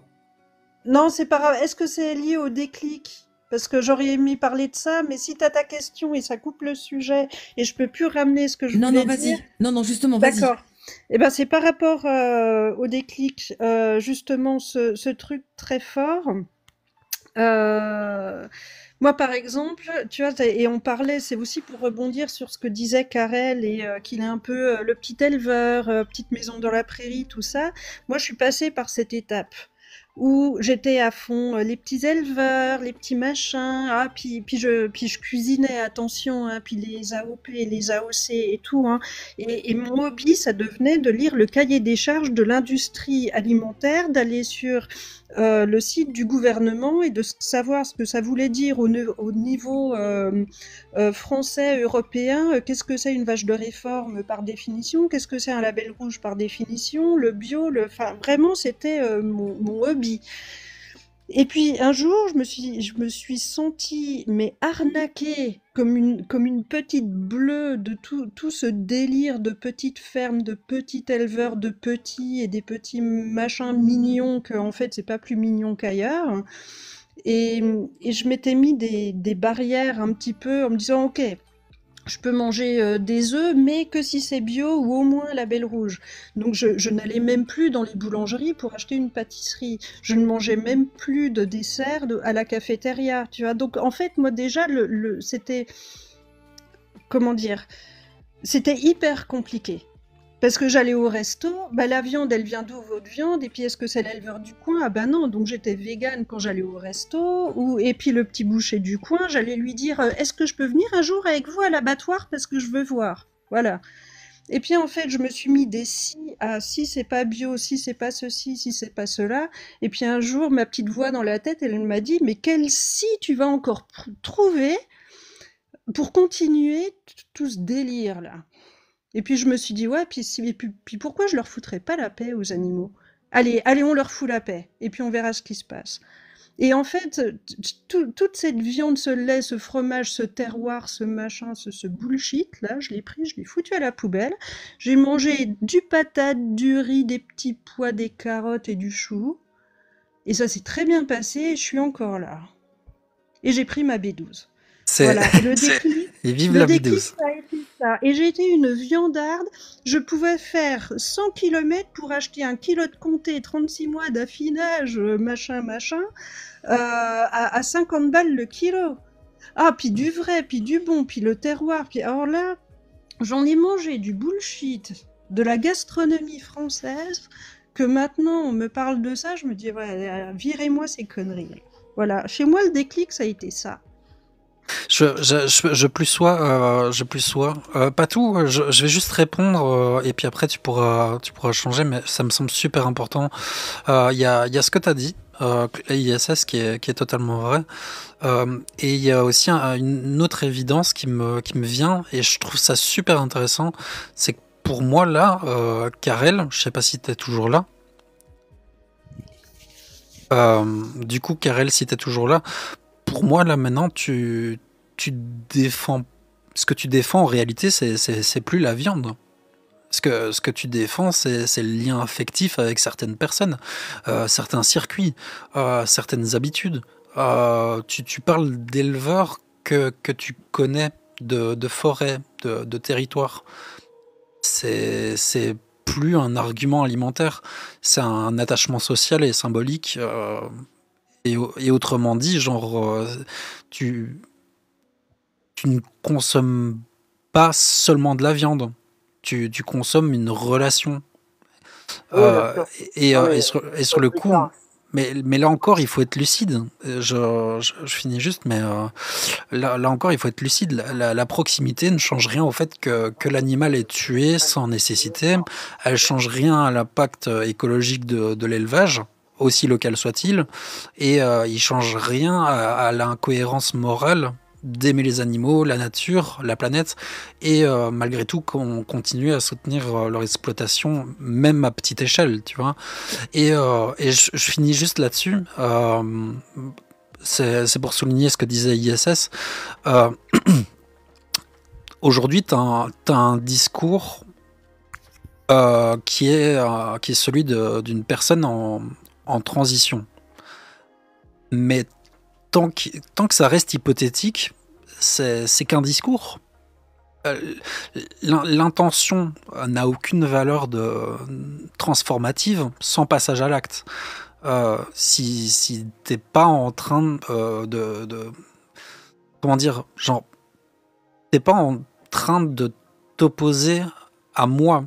Genre, je suis complètement d'accord avec toi. C'est une étape inconfortable. Et t'es en train de te poser la question à ta propre lucidité. C'est pas avec moi que t'es en train de négocier ou quoi que ce soit. Hein. Je trouve que c'est super important à dire. Donc voilà, genre allons au concret. Tu dis être prêt. Eh ben, genre tu dis même que tu l'as déjà expérimenté, que tu comprends les enjeux, alors donne-toi une date. Genre, il faut pas attendre en fait enfin, pas pour devenir, encore une fois, je répète, hein, mais pas pour devenir vegan, végétarien, flexitarien, tout ce que tu veux, dans l'absolu, mais pour cesser totalement l'achat de viande pendant 3 mois. Genre, pas pour tester cette fois, mais pour assumer pleinement que ce que tu sais être déjà juste et être en accord avec tes valeurs. Pas pour faire plaisir à quiconque. Voilà, c'est un appel à l'action. J'ai appris ça en marketing. Et ça marche? Mais je sais pas. Salut Annick. Du coup, Patou, je sais pas, Karel, t'as envie de réagir à ce que j'ai dit avant que Patou glisse sur son meilleur snowboard?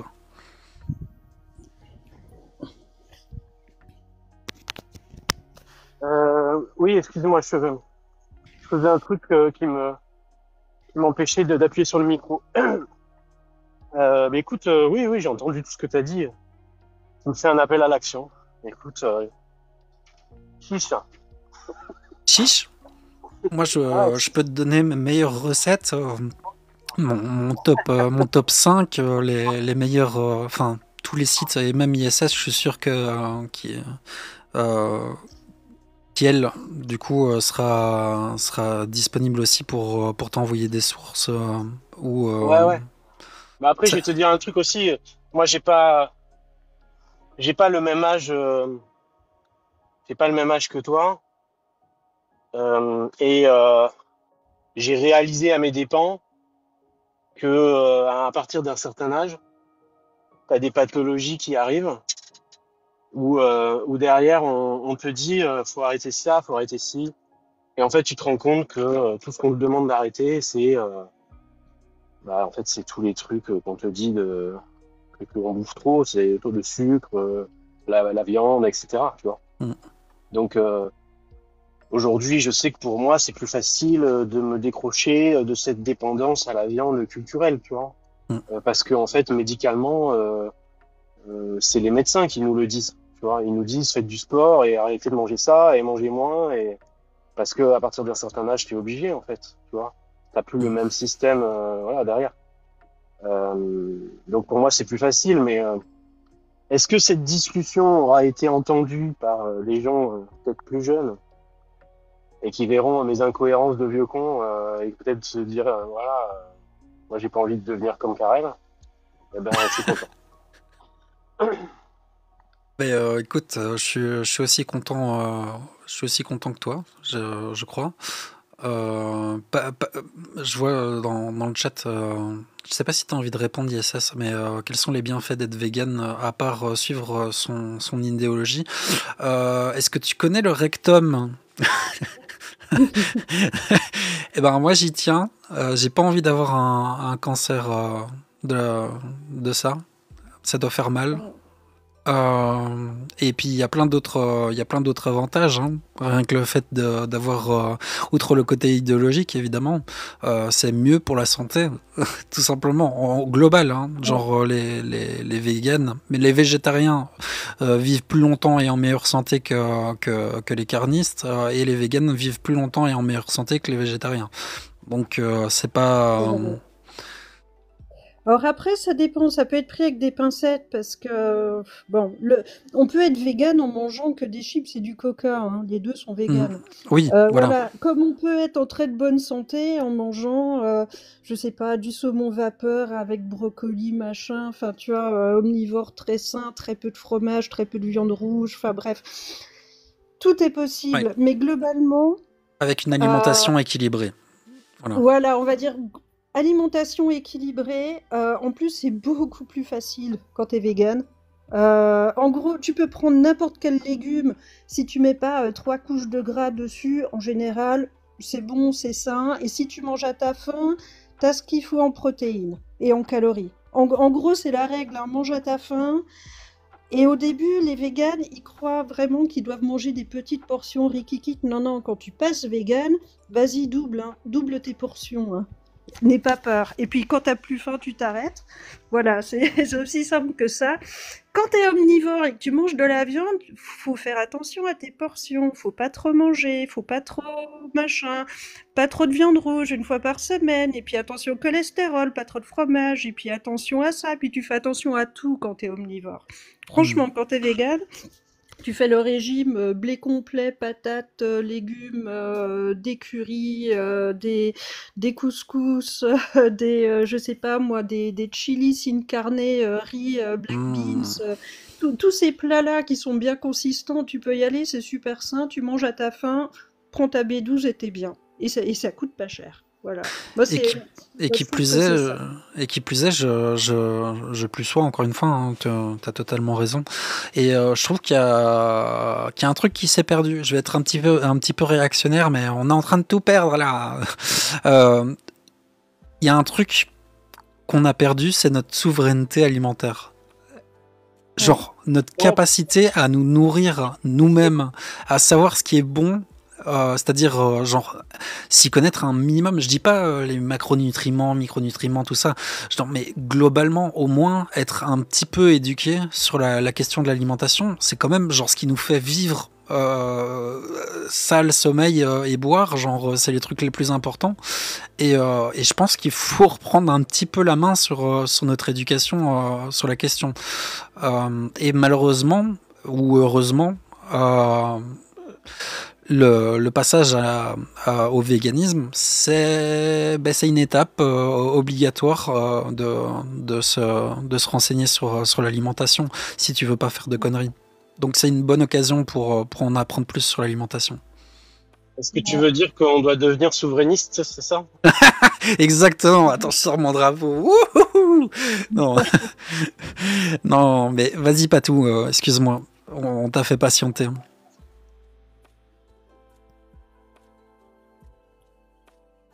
Ah non, il est parti. Patou est parti. D'accord. C'est un coup de... C'est son fils qui jouait avec un nerf. Et le nerf a percuté le téléphone qui est tombé par terre. À tous les coups, c'est ça. Ah, ça doit être ça. Non, elle est plus dans... Non, elle a son téléphone est peut-être à plat. Bref, voilà. Je pense qu'on a bien fait le tour. Je sais pas ce que t'en penses, McToy. T'es toujours avec nous? J'écoute, hein, oui, je suis toujours, j'ai toujours une oreille sur ce que vous dites. Et t'as l'impression qu'on a fait le tour? Ouais, c'était quand même grave intéressant d'avoir l'avis de gens justement très opposés et sans que les gens crient dans tous les sens, par pitié. Voilà. Surtout que je trouve que c'est un sujet qui, pour le coup, genre, j'ai envie de dire, le véganisme, il n'y a pas mort d'homme, tu vois. Il y a des sujets qui sont beaucoup plus touchants, on va dire, émotionnellement, puisque là, c'est discuté pour d'autres espèces d'animaux, mais c'est quand même moins... j'ai l'impression qu'il y a quand même moins d'enjeux, entre guillemets, même si quand on creuse, il y en a quand même pour l'humain, tu vois. Mais c'est vrai que, non, ça fait du bien d'écouter... Si tu veux une phrase problématique, polémique. Oh là là. T'es pas obligé. C'est vrai que quand j'arrête de manger de la viande, je deviens moins viril. Moi je dis ça, j'ai juste entendu ça sur Facebook. Oh là là là là. Ah, ben ça c'est encore un truc qui a la peau dure, mais je pense que c'est qu'une question de temps pour que, surtout que maintenant on commence à avoir énormément de contre-exemples de mecs super virils qui sont gays, genre qui sont végétariens ou véganes, genre il y en a plein, surtout dans le sport. Ouais, hein. mais ça veut dire quoi être s'il vous plaît, si on perdait la virilité, ce serait pas une grande perte. Hein. Je rappelle que la virilité, c'est le fait d'avoir un gros pipou. Hein. Je veux dire, ça peut causer des guerres qu'autre chose. Hein. C'est que ça? Ah oui, la virilité, non, mais ça après, se réfère aux membres. La virilité, c'est un concept flou, chacun met un peu ce qu'il veut. Pour moi quand on me met... enfin, viril, si je dois faire une description de la personne que je vois viril, c'est une espèce de grosse armoire à glace, un peu brutasse, un peu bête, qui tape dans des murs à coups de poing parce que il est pas content et puis il fait des barbecues avec des côtes de bœuf parce que voilà, il veut de la viande. Pour moi, c'est ça la virilité. C'est pas très classe, franchement. C'était une blague, hein. C'était une blague. Ah oui, mais Retombez pas dessus, hein. C'est parce qu'il y a quelques jours, il y a un masculiniste qui a dit qu'il s'injectait des hormones de taureau pour être plus mâle. Voilà. Ça, c'est de la taurine, mec, qui boivent de la Red Bull. des hormones d'herbivores. Ouais. Est-ce que Non, Est-ce mais que c'est un peu gay du coup, parce que sachant que c'est ce que tu retrouves dans les testicules du taureau. Quoi? ouais. Les masculinistes seraient LGBT? Non, Bah. non. Non, ils sont pas dans notre team. Ils sont pas Les dans notre team. masculinistes s'injecteraient du smepé de taureau. Voilà, ouais, merci. Bah oui, Terra, bienvenue. Tu t'arrives à la fin, malheureusement. On a un peu fait le tour. On a un peu fait le tour du sujet, mais tu t'es très occupé. Tout à l'heure, j'hésitais à te demander si tu avais envie de faire un petit tour de l'histoire du végétalisme ou de l'herbivorisme chez les humains. D'ailleurs, ouais, il y a cette idée super que tu dois connaître la réponse justement. J'avais un live ce soir. Ah mais voilà, il est là. Salut Terra. Bienvenue sur le live et j'ai une question pour toi. C'est comment tu vas? Je vais bien. Pour une fois, j'ai fini 2 heures avant l'écriture du live pour ce soir, donc là, je me tourne les pouces. C'est à quelle heure ce soir? 21h. 21h, ok, donc ça sera sur quel sujet? Fais ta pub, vas-y, comme ça je dois pas le faire à ta place. Allez, ok. Je vais geeker sur Red Dead Redemption 2 et on va parler de tout ce qui est les sources d'inspiration pour ce qui est de l'histoire. Donc aussi bien les événements historiques purs et durs que les films que ça a inspiré et dont se réinspire le jeu aussi. Trop cool le concept, waouh. D'où tu sors des concepts trop stylés comme ça? Une question, hein. Je sais pas si je bug. T'es toujours là? Ah, ok. Autant pour moi. C'est ce qu'on appelle la dissonance cognitive, tu vois. C'est une question trop compliquée. Il a fait un brain freeze. C'est le véganisme, ça. Regardez ce que ça cause. J'avais une question après, mais t'enfuis pas, hein, Terra. C'est bon. J'ai rien compris. Ça m'a remis genre TikTok.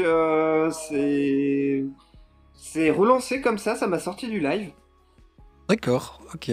Je te demandais où t'avais eu l'idée de ce concept beaucoup trop cool de jouer à Red Dead et de voir un petit peu l'histoire à travers le jeu vidéo. C'est un super concept pour faire en sorte que les gens s'intéressent à l'histoire. Hein. Franchement, chapeau. J'y ai joué et j'ai toutes les références qui me sont sautées à la gueule. Du coup, je me suis dit, tiens, ce serait quand même cool d'en parler. Donc voilà. Ok. Beaucoup trop cool. J'ai hâte d'y être. 21h sur ta chaîne, du coup, n'hésitez pas à vous abonner à Terra si vous avez kiffé Red Dead. Et si vous avez envie d'en savoir un peu plus sur... au final, est-ce que c'est du lore? C'est le lore du lore, quoi. Ouais, c'est ça. Là, du coup, j'ai un petit bug, je peux pas rejouer l'émission, donc ça, c'est dommage. Mais j'ai de quoi, comment ça s'appelle, largement de quoi faire pour ce qui est du monde ouvert. Et voilà, ça va être tranquille. Là, au moins, ça va pas être un narratif brut comme un exposé. On va prendre le temps et on va s'amuser un peu. Trop cool. J'avais une question pour toi. Il y a cette question toujours de... oui, mais nos ancêtres, ils mangeaient de la viande, du coup, nous, on mange de la viande, quoi. Ok, c'est un argument super bidon, parce que genre c'est pas parce que nos ancêtres mangeaient de la viande qu'on doit manger de la viande, mais est-ce que c'est la tradition. ouais, mais est-ce que c'est vrai seulement? Parce que ça, je t'avoue, je sais pas. Je m'étais renseigné une fois, et apparemment, dans certes, ça dépend de la localisation des peuplades, mais en termes général, manger de la viande était plus compliqué parce que chasse, mais ça demandait beaucoup de temps parce au final, on chassait pas avec violence, même si c'est violent dans les faits. Arrête-moi si je dis des conneries, hein, mais en gros, Alors, en fait, tout dépend de ce qu'on entend par chasse, parce que en fait, des activités toutes bêtes comme ramasser les collets ou aller ramasser des œufs, c'est des actes de chasse. Donc, ce type de chasse, d'ailleurs, c'est quelque chose qui subvient en fait largement aux besoins du groupe pour ce qui est des apports en protéines. Chez les chasseurs-cueilleurs qui ont été étudiés par les anthropologues, la chasse au gros gibier, en fait, c'est un phénomène qui est social. Le chasseur, du coup, en abattant une grosse proie, fait rejaillir le prestige sur lui et sur sa famille. C'est un phénomène social. Pour ça, on n'est pas trop au courant de savoir. Visiblement, chez Homo sapiens, les femmes n'y participent pas trop. Par contre, ça ne veut absolument rien dire pour les espèces humaines qui ont disparu. Là, il peut très bien y avoir des femmes qui participent à la chasse. Je crois qu'on avait des grosses suspicions, notamment pour la chasse au gros gibier, de la présence de néandertaliennes. Néandertals qui sont des cousins, qui ne sont pas une lignée ancestrale à Homo sapiens, c'est bel et bien des cousins, entre guillemets. Donc, il y a des grosses suspicions de leur présence pour les actes de chasse. Et après, en fait, ça dépend aussi de la période que l'on va viser. Notamment quand on va voir l'émergence de notre genre, le genre Homo, il va y avoir ce que l'on appelle visiblement une partition de niche. En fait, il va y avoir plein d'espèces qui vont cohabiter dans la lignée humaine. Il va y avoir les Paranthropus qui descendent d'Australopithèques, qui eux vont être plutôt omnivores à tendance herbivore. Et on va avoir Homo ergaster qui va apparaître. Là, Homo ergaster, ça va être omnivore à tendance même hyper carnivore, pour le coup. Donc, il y a comment s'appelle il y a de la consommation de viande à partir de 2 millions d'années qui est sans commune mesure avec ce qu'on voyait avant chez les Australopithèques. Là où toutes les traces de boucherie chez les Australopithèques à l'échelle du continent africain tenaient dans une boîte à chaussures, à partir de 2 millions d'années, ça explose littéralement entre les sites de pierres taillées et surtout les ossements qui ont des traces de découpe. On est sur des centaines de milliers d'ossements à l'échelle du continent africain. La date, pas la date précise, hein, mais genre à peu près, à partir de quand on a commencé à faire de l'élevage?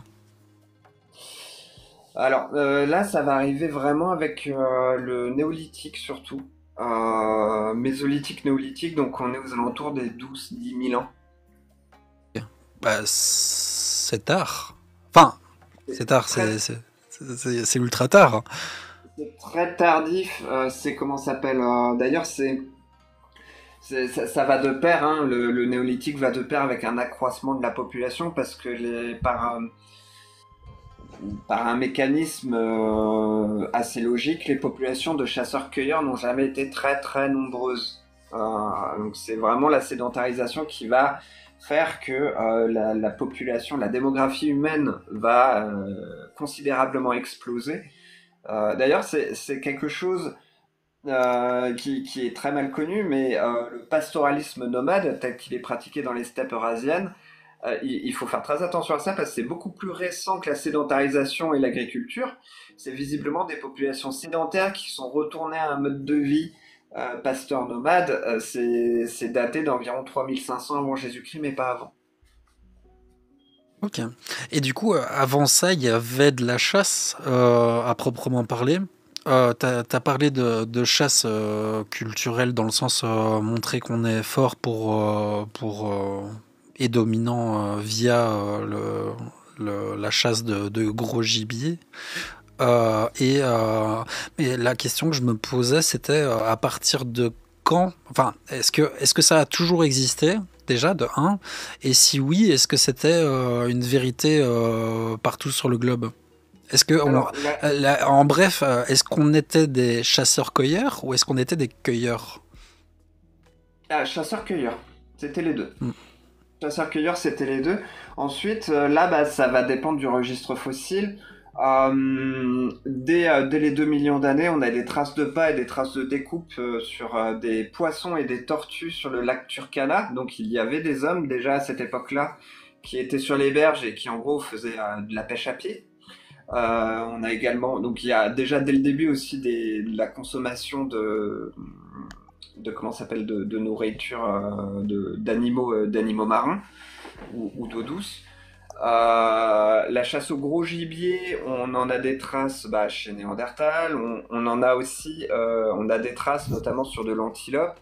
La cône de l'Arago à Totavel, donc les premiers peuplements périns des latitudes nord de l'Europe, est littéralement truffé de grosses proies. Ils chassaient du bison, ils chassaient de l'antilope, ils chassaient vraiment des grosses proies. Enfin, on estime à cette taille-là que c'est déjà assez gros. Et puis voilà, il y a vraiment toutes les traces de découpe sur des ossements d'animaux. Ça montre également qu'il y a une activité de charognage. D'ailleurs, il y a probablement une compétition avec les charognards, que ce soit les hyènes. Les hyènes, par exemple, qui font partie du quotidien des hommes du Paléolithique, peu importe l'espèce. On a des traces d'occupation de grottes où il y a des alternances d'occupation entre des Néandertaliens et des hyènes des cavernes, par exemple. Il y a une compétition vis-à-vis des gros prédateurs.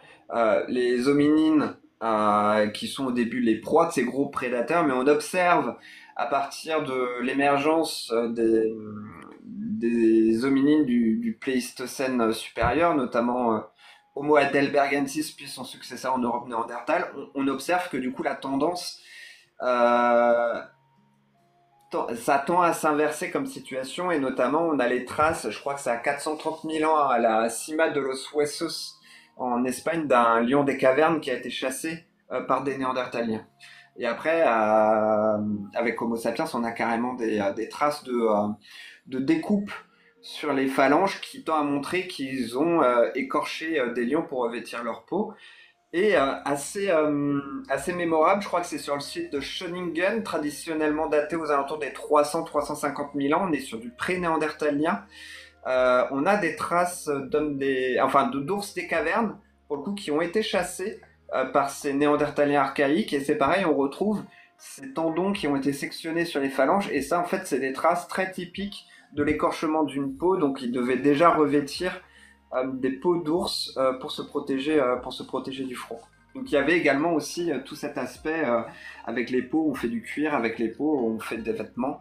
Et notamment, il y a très peu de doute aussi pour l'homme de Totavel, par exemple, à 450 000 ans, parce qu'on est sur la plus importante glaciation dans laquelle ont vécu des humains. Donc c'est le stade isotopique 12. Ok. Bah, merci beaucoup pour toutes ces informations. Je ne sais pas combien de ces informations vont rester dans mon cerveau après cette nuit, mais en tout cas, merci beaucoup. Du coup, la réponse... Ne me crois pas sur parole. Si jamais tu as des questions et tout, n'hésite pas à m'envoyer des messages en privé. Je peux t'envoyer les sources sans souci. Ah ouais, avec plaisir. Avec plaisir. Mais du coup, la réponse, c'est chasseur-cueilleur. Oui. D'ailleurs, il y a un cours de Jean-Jacques Cublin très intéressant. Je crois qu'on est à 7, c'est un cours qu'il avait donné, j'ai oublié la date, c'est assez récent, il l'avait donné au Collège de France, c'est l'homme prédateur. Donc du coup ça parle notamment de l'ancêtre en commun de la lignée humaine et des chimpanzés, comme quoi il y a des comportements quand même de prédation et de consommation de viande qui tend à montrer que c'est... comment ça s'appelle, la consommation de viande n'a pas attendu non plus la lignée humaine pour arriver dans les primates. On a beaucoup de traces de consommation de viande, par exemple chez les chimpanzés,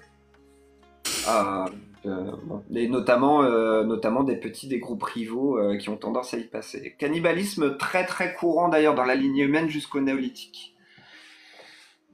Ouais, j'ai appris ça sur le dernier live avec Lexi. C'est ça, hein? Ouais, cool. C'est très intéressant comme pratique d'ailleurs. C'est un caractère qui semble ancestral. Et Oui, donc il y a toute une série de cours sur du coup l'homme et le rapport à la prédation de l'homme, que ce soit l'homme prédaté ou l'homme en lui-même qui est un prédateur. Et il y a même tout un cours qui détaille la faune de grands prédateurs carnivores que devait côtoyer l'homme et les rapports qu'ils entretenaient avec ces prédateurs. Après voilà, comme on dit toujours, en fait c'est pas parce que c'est pas une raison non plus pour faire un appel à la tradition dans le sens où c'est pas parce que les sociétés fonctionnaient comme ça avant que ça offre une légitimité de continuer ce genre de comportement et s'il y a du militantisme actuel, c'est maintenant qu'il faut se battre le fait que des sociétés plus anciennes aient un autre moyen de fonctionner, ça ne veut pas forcément dire que c'est forcément bénéfique, quoi. Est-ce que je peux poser une petite question vite fait à Terra Antica, vu qu'apparemment il est super spécialiste? En fait, dans le milieu vegan, enfin dans le mouvement, on va dire vegan, plant-based, il y a une dizaine d'années, il y avait l'argument qui revenait souvent de on a toujours cru que l'homme des cavernes était hyper carnivore, chasseur et un peu cueilleur, parce que les seuls restes qui restaient, bah, c'était des ossements et des peaux et voilà des débris qui se décomposent beaucoup moins bien que bah, des végétaux qui seraient restés au même endroit. Et donc, du coup, biais du survivant, les seuls restes sont animaux. On a cru, un peu à tort, que voilà, l'alimentation était très animale, alors que il paraît, je sais pas, que si on étudie le tartre et les coprolites des restes humains, bah, c'est plus une alimentation enfin, végétale. Est-ce que tu valides cet argument un peu foireux? Je sais pas si c'est vrai du tout. Alors en fait, ça concerne particulièrement Néandertal. Donc Néandertal qui est pas une forme ancestrale, mais comment ça s'appelle, plus un proche parent d'Homo sapiens. En fait, Néandertal, on a souvent considéré que il y aurait eu, s'il y avait eu, comment ça s'appelle, cohabitation entre Homo sapiens et Néandertal, il devait y avoir une partition de niche et Néandertal serait plus spécialisé à la chasse de gros animaux là où Sapiens pouvait se contenter de plus petits gibier. En vrai, c'est c'est assez faux dans le sens où, comme pour n'importe quelle espèce, ça dépend avant tout du site que l'on regarde. On sait notamment que les Néandertaliens qui vivaient dans les Pays-Bas actuels avaient tendance à plus chasser du gros gibier. En même temps, ils étaient dans un environnement de steppe. Donc, pour les plantes et tout, c'était pas forcément ouf. Là où par contre les Néandertaliens de Dordogne, de morphologie d'ailleurs un peu plus gracile, avaient une alimentation un peu plus variée. On a notamment des traces de consommation de nénuphars, mais ça ne change pas que quand on étudie le comment ça s'appelle quand on étudie le tartre sur les dents et compagnie, Néandertal est quand même plus carnivore que les hyènes. Donc, D'accord. à relativiser, mais si on prend par exemple ceux de, je crois que c'est la grotte de Gorée qui est aux Pays-Bas ou en Belgique, je crois que c'est Belgique, pas très loin de Spie, c'est des Néandertaliens quand même comment ça s'appelle, voilà, consomment plus de viande que les hyènes des cavernes, donc c'est quand même un sacré palmarès là-dessus. Ok, merci. Et en fait, faut nuancer, mais faut pas non plus prendre le discours contraire. Mhm. C'est ça. Et ça, c'est pas évident de vérifier. C'est des sources, je trouve, hyper compliquées à vérifier, ça. Parce que, enfin, bon, bref, entre tous les hominidés et, enfin, toutes les lignées, déjà, quand on n'y connaît rien, on s'y perd. Donc, en plus, et savoir ce qu'ils ont mangé.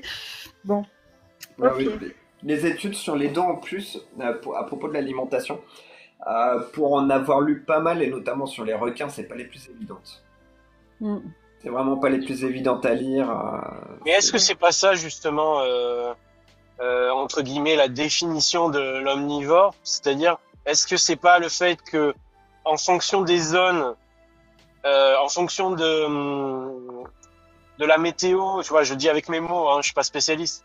Et ben du coup, sur toute la planète, l'humain dans son ensemble a survécu, et donc du coup, à tel endroit en Dordogne, ils ont mangé, comme tu disais, beaucoup de choses. Dans un autre endroit, ils ont mangé plus de viande. Peut-être qu'il y avait d'autres endroits où ils étaient plus sur les végétaux. Mais en fait, l'ensemble des humains est omnivore dans sa définition, dans l'ensemble, tu vois. Ah oui, oui, C'est oui. ça, en fait.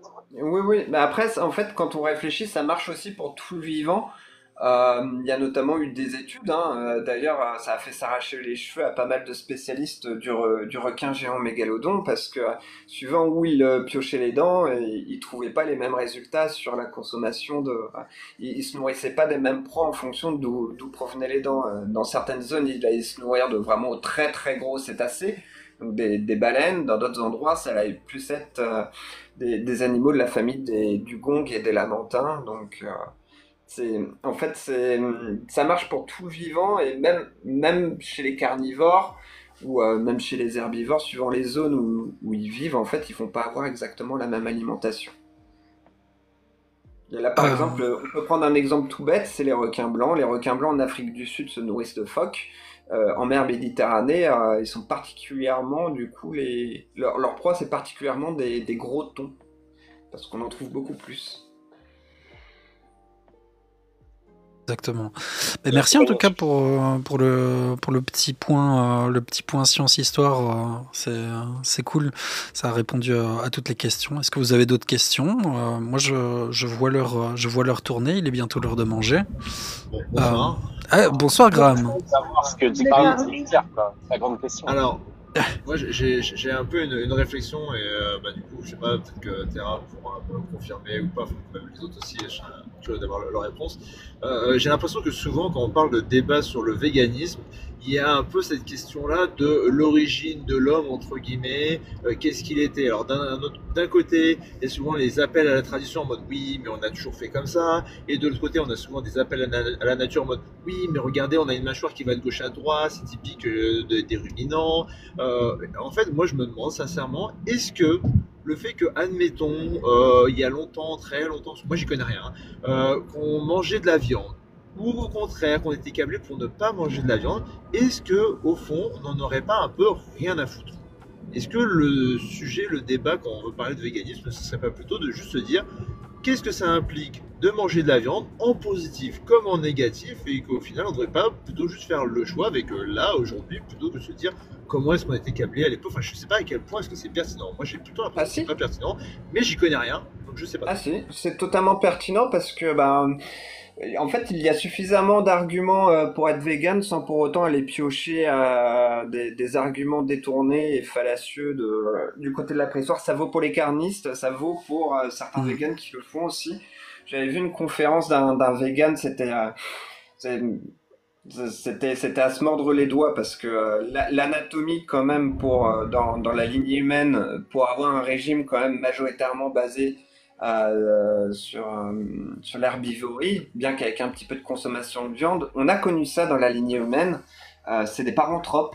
Ils ont vécu en même temps que les premiers représentants du genre Homo. Donc, comme je disais tout à l'heure, il y avait une partition de niche.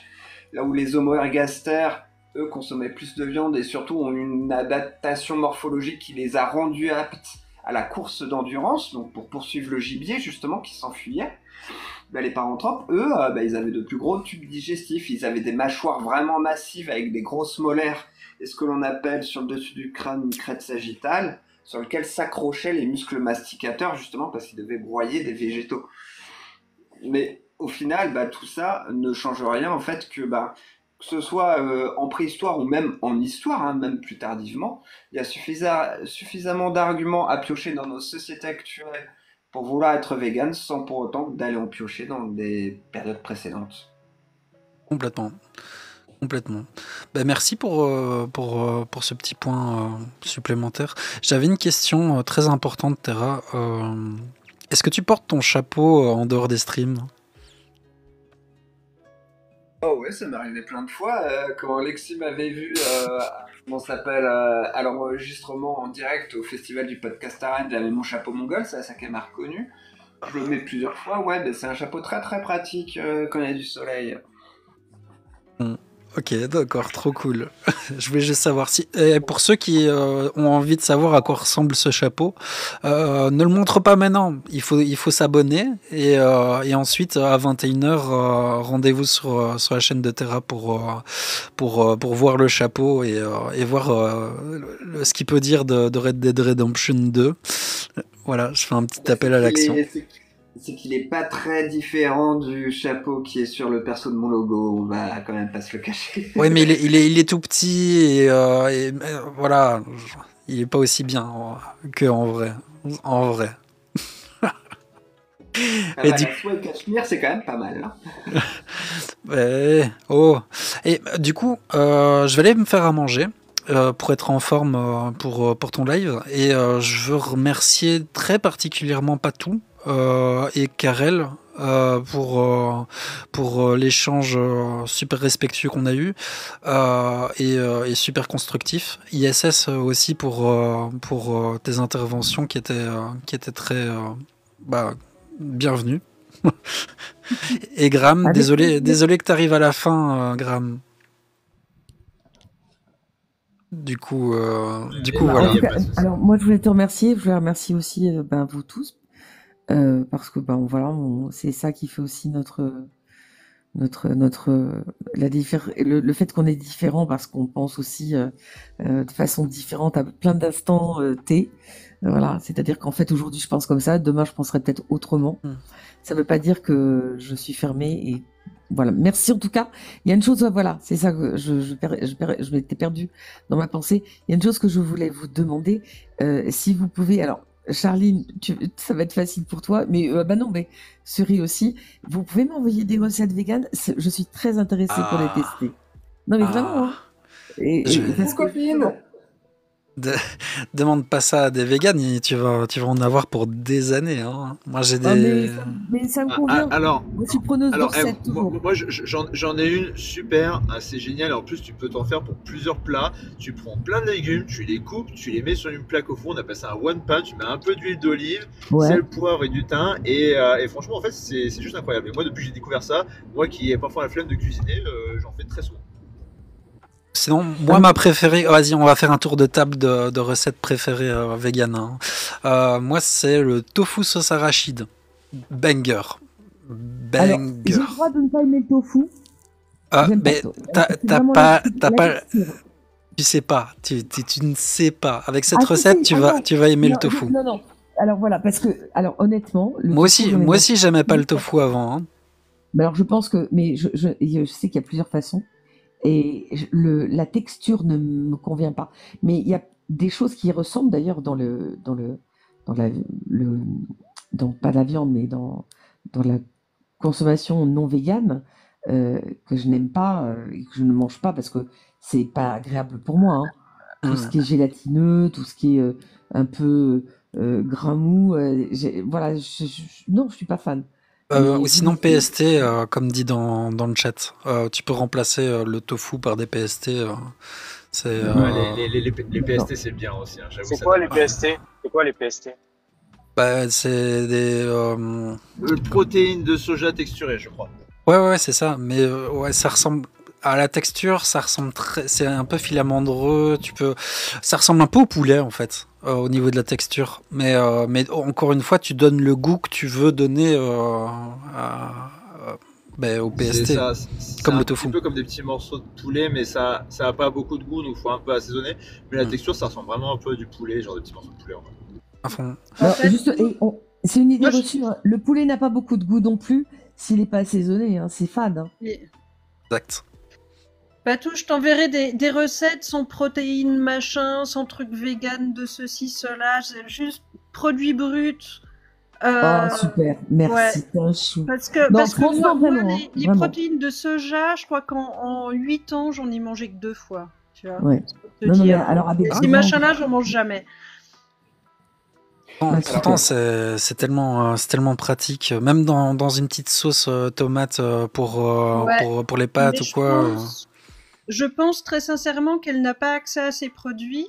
Donc, comme l'alimentation dépend de l'environnement, on va s'adapter à l'environnement de Patou, de ses petites fermes, de ses carottes, de ses patates. Moi, je vais te faire des recettes Parce que moi, en Angleterre, tu sais, si on a accès à plein de trucs. Mais moi, mon alimentation, c'est carottes, choux, patates, oignons, des tomates seulement en été. Enfin, tu vois, c'est très simple. Voilà, moi, Donc, je c'est mange légumes très de bien. saison. Voilà, légumes de Voilà. saison. Donc, moi, je t'enverrai des recettes comme ça. Parce qu'il y a quand même une chose qu'il faut savoir, c'est que ici, vous savez, on a ce qu'on appelle, vous savez, les ventes. On a des producteurs où vous allez vous-même chercher les légumes. C'est très pratique, c'est pas cher. On peut vraiment prendre plein de choses. Et honnêtement, on peut congeler les légumes en plus. Et c'est ce que je fais souvent, que ce soit les butternuts. J'ai même découvert qu'on pouvait congeler les pommes de terre, les pommes de terre cuites. Donc c'est ce que je fais. Enfin bon, il y a plein de choses que j'ai découvert aussi. Mais honnêtement, justement parce que les légumes, je les ai frais et que je vais les chercher moi-même, ça m'intéresse. Les oignons, les choses comme ça, j'adore ça. Je suis vachement légumes. Hein. Si t'aimes bien les butternuts, le gratin de pâte au butternut, c'est un banger aussi. Ouais, mais il y a la courge spaghetti aussi, si vous connaissez. Ouais, c'est pas mal. Il y a quand même une complication. C'est qu'on est en Bretagne. Et en Bretagne, il y a le chou. C'est le beurre. Ah bah oui, mais ça, ouais, beurre. Tu peux. Alors, j'ai des chiffres là-dessus. Les Bretons consomment 50% de plus de beurre que la moyenne nationale des Français, moyenne nationale dont ils font eux-mêmes partie. Oh bah oui, on a quand même on a cette situation géographique qui nous aide pas. En vrai, il y a quelqu'un dans le chat qui dit potimarron aussi. Potimarron. Terrible aussi, hein, terrible aussi. Ouais. Moi, j'ai une recette que je t'enverrai d'ailleurs. Mais le sétan, t'aimes bien ou pas? Je suis pas. C'est qu'on n'en trouve pas énormément déjà. Ouais. Pas forcément. Donc j'en ai déjà mangé mais au restaurant, donc c'est pas quelque chose que je peux maîtriser parce que je sais pas vraiment. Il faut savoir, je crois que le sétan, c'est ce qui a le plus de protéines par gramme. Je crois tout confondu, hein, viande et végétaux confondus. C'est vraiment. Yes, il me semblait. Voilà. C'est de la protéine quasiment. Ouais, le numéro 1 des recettes, c'est clairement le sétan bourguignon, quoi. Voilà, c'est un classique, mais je fais ça tous les Noëls. Je le fais une fois par an, mais à Noël, c'est parfait. Si t'as des invités en plus, c'est bien pour leur dire « Ah, c'est dégueulasse la bouffe végane !» Mais goûte ça. Le sétan se congèle très bien. Il m'arrive d'en faire de temps en temps. Alors, je mange pas de protéines de soja, mais je fais mon sétan. Et effectivement, ça se congèle super bien. Donc, en plus, je le fais nature, on va dire. Et c'est une fois décongelé, je le coupe en petits bouts. Et là, je mets mes oignons, mes champignons, tout mon bazar. Et mes féculents qui vont avec. Et puis, en fait, on se fait des recettes avec pas grand-chose, très très bonnes et nutritives. Parce que quand même, c'est la base, c'est ne pas avoir faim une fois qu'on a fini de manger. Exactement. Et après aussi, tu peux aller sur Insta et tu tapes food porn vegan, parce que du coup la catégorie du food porn, si vous ne connaissez pas, c'est vraiment incroyable, hein, ça fait vraiment envie. Et il y a des tas de comptes qui sont spécialisés pour te faire vraiment envie et saliver avec des recettes vegan qui sont juste incroyables. Alors, il y a... Comment ça s'appelle encore cette chaîne? Mais tout le monde dans le chat spammez Patou de recettes véganes super alléchantes. Oui, bon, alors en privé s'il vous plaît. vous pouvez. Non, je suis très recette avec des arômes et des aromates. Voilà. Est-ce que sur ce sujet tu vas le refaire? Oui, sûrement, mais pas tout de suite. Je vais d'abord faire un petit. Je te le dis là parce que je vois. Est-ce que tu connais dans les commentaires le gars qui s'appelle Soytonic? Est-ce que tu le connais ou pas? Ouais. Parce que du coup, si tu as déjà échangé avec lui, je pense qu'il y a plein de choses à parler. À fond. Il a monté un site qui est vraiment très très bien. Et qui est génial même, qui en inspire plus d'un. Mais je lui ai proposé de venir. Je lui ai envoyé le live, mais il vient d'arriver. Il devait être occupé avant. Mais prochaine fois, je te réinviterai, Soytonic. N'en doute pas.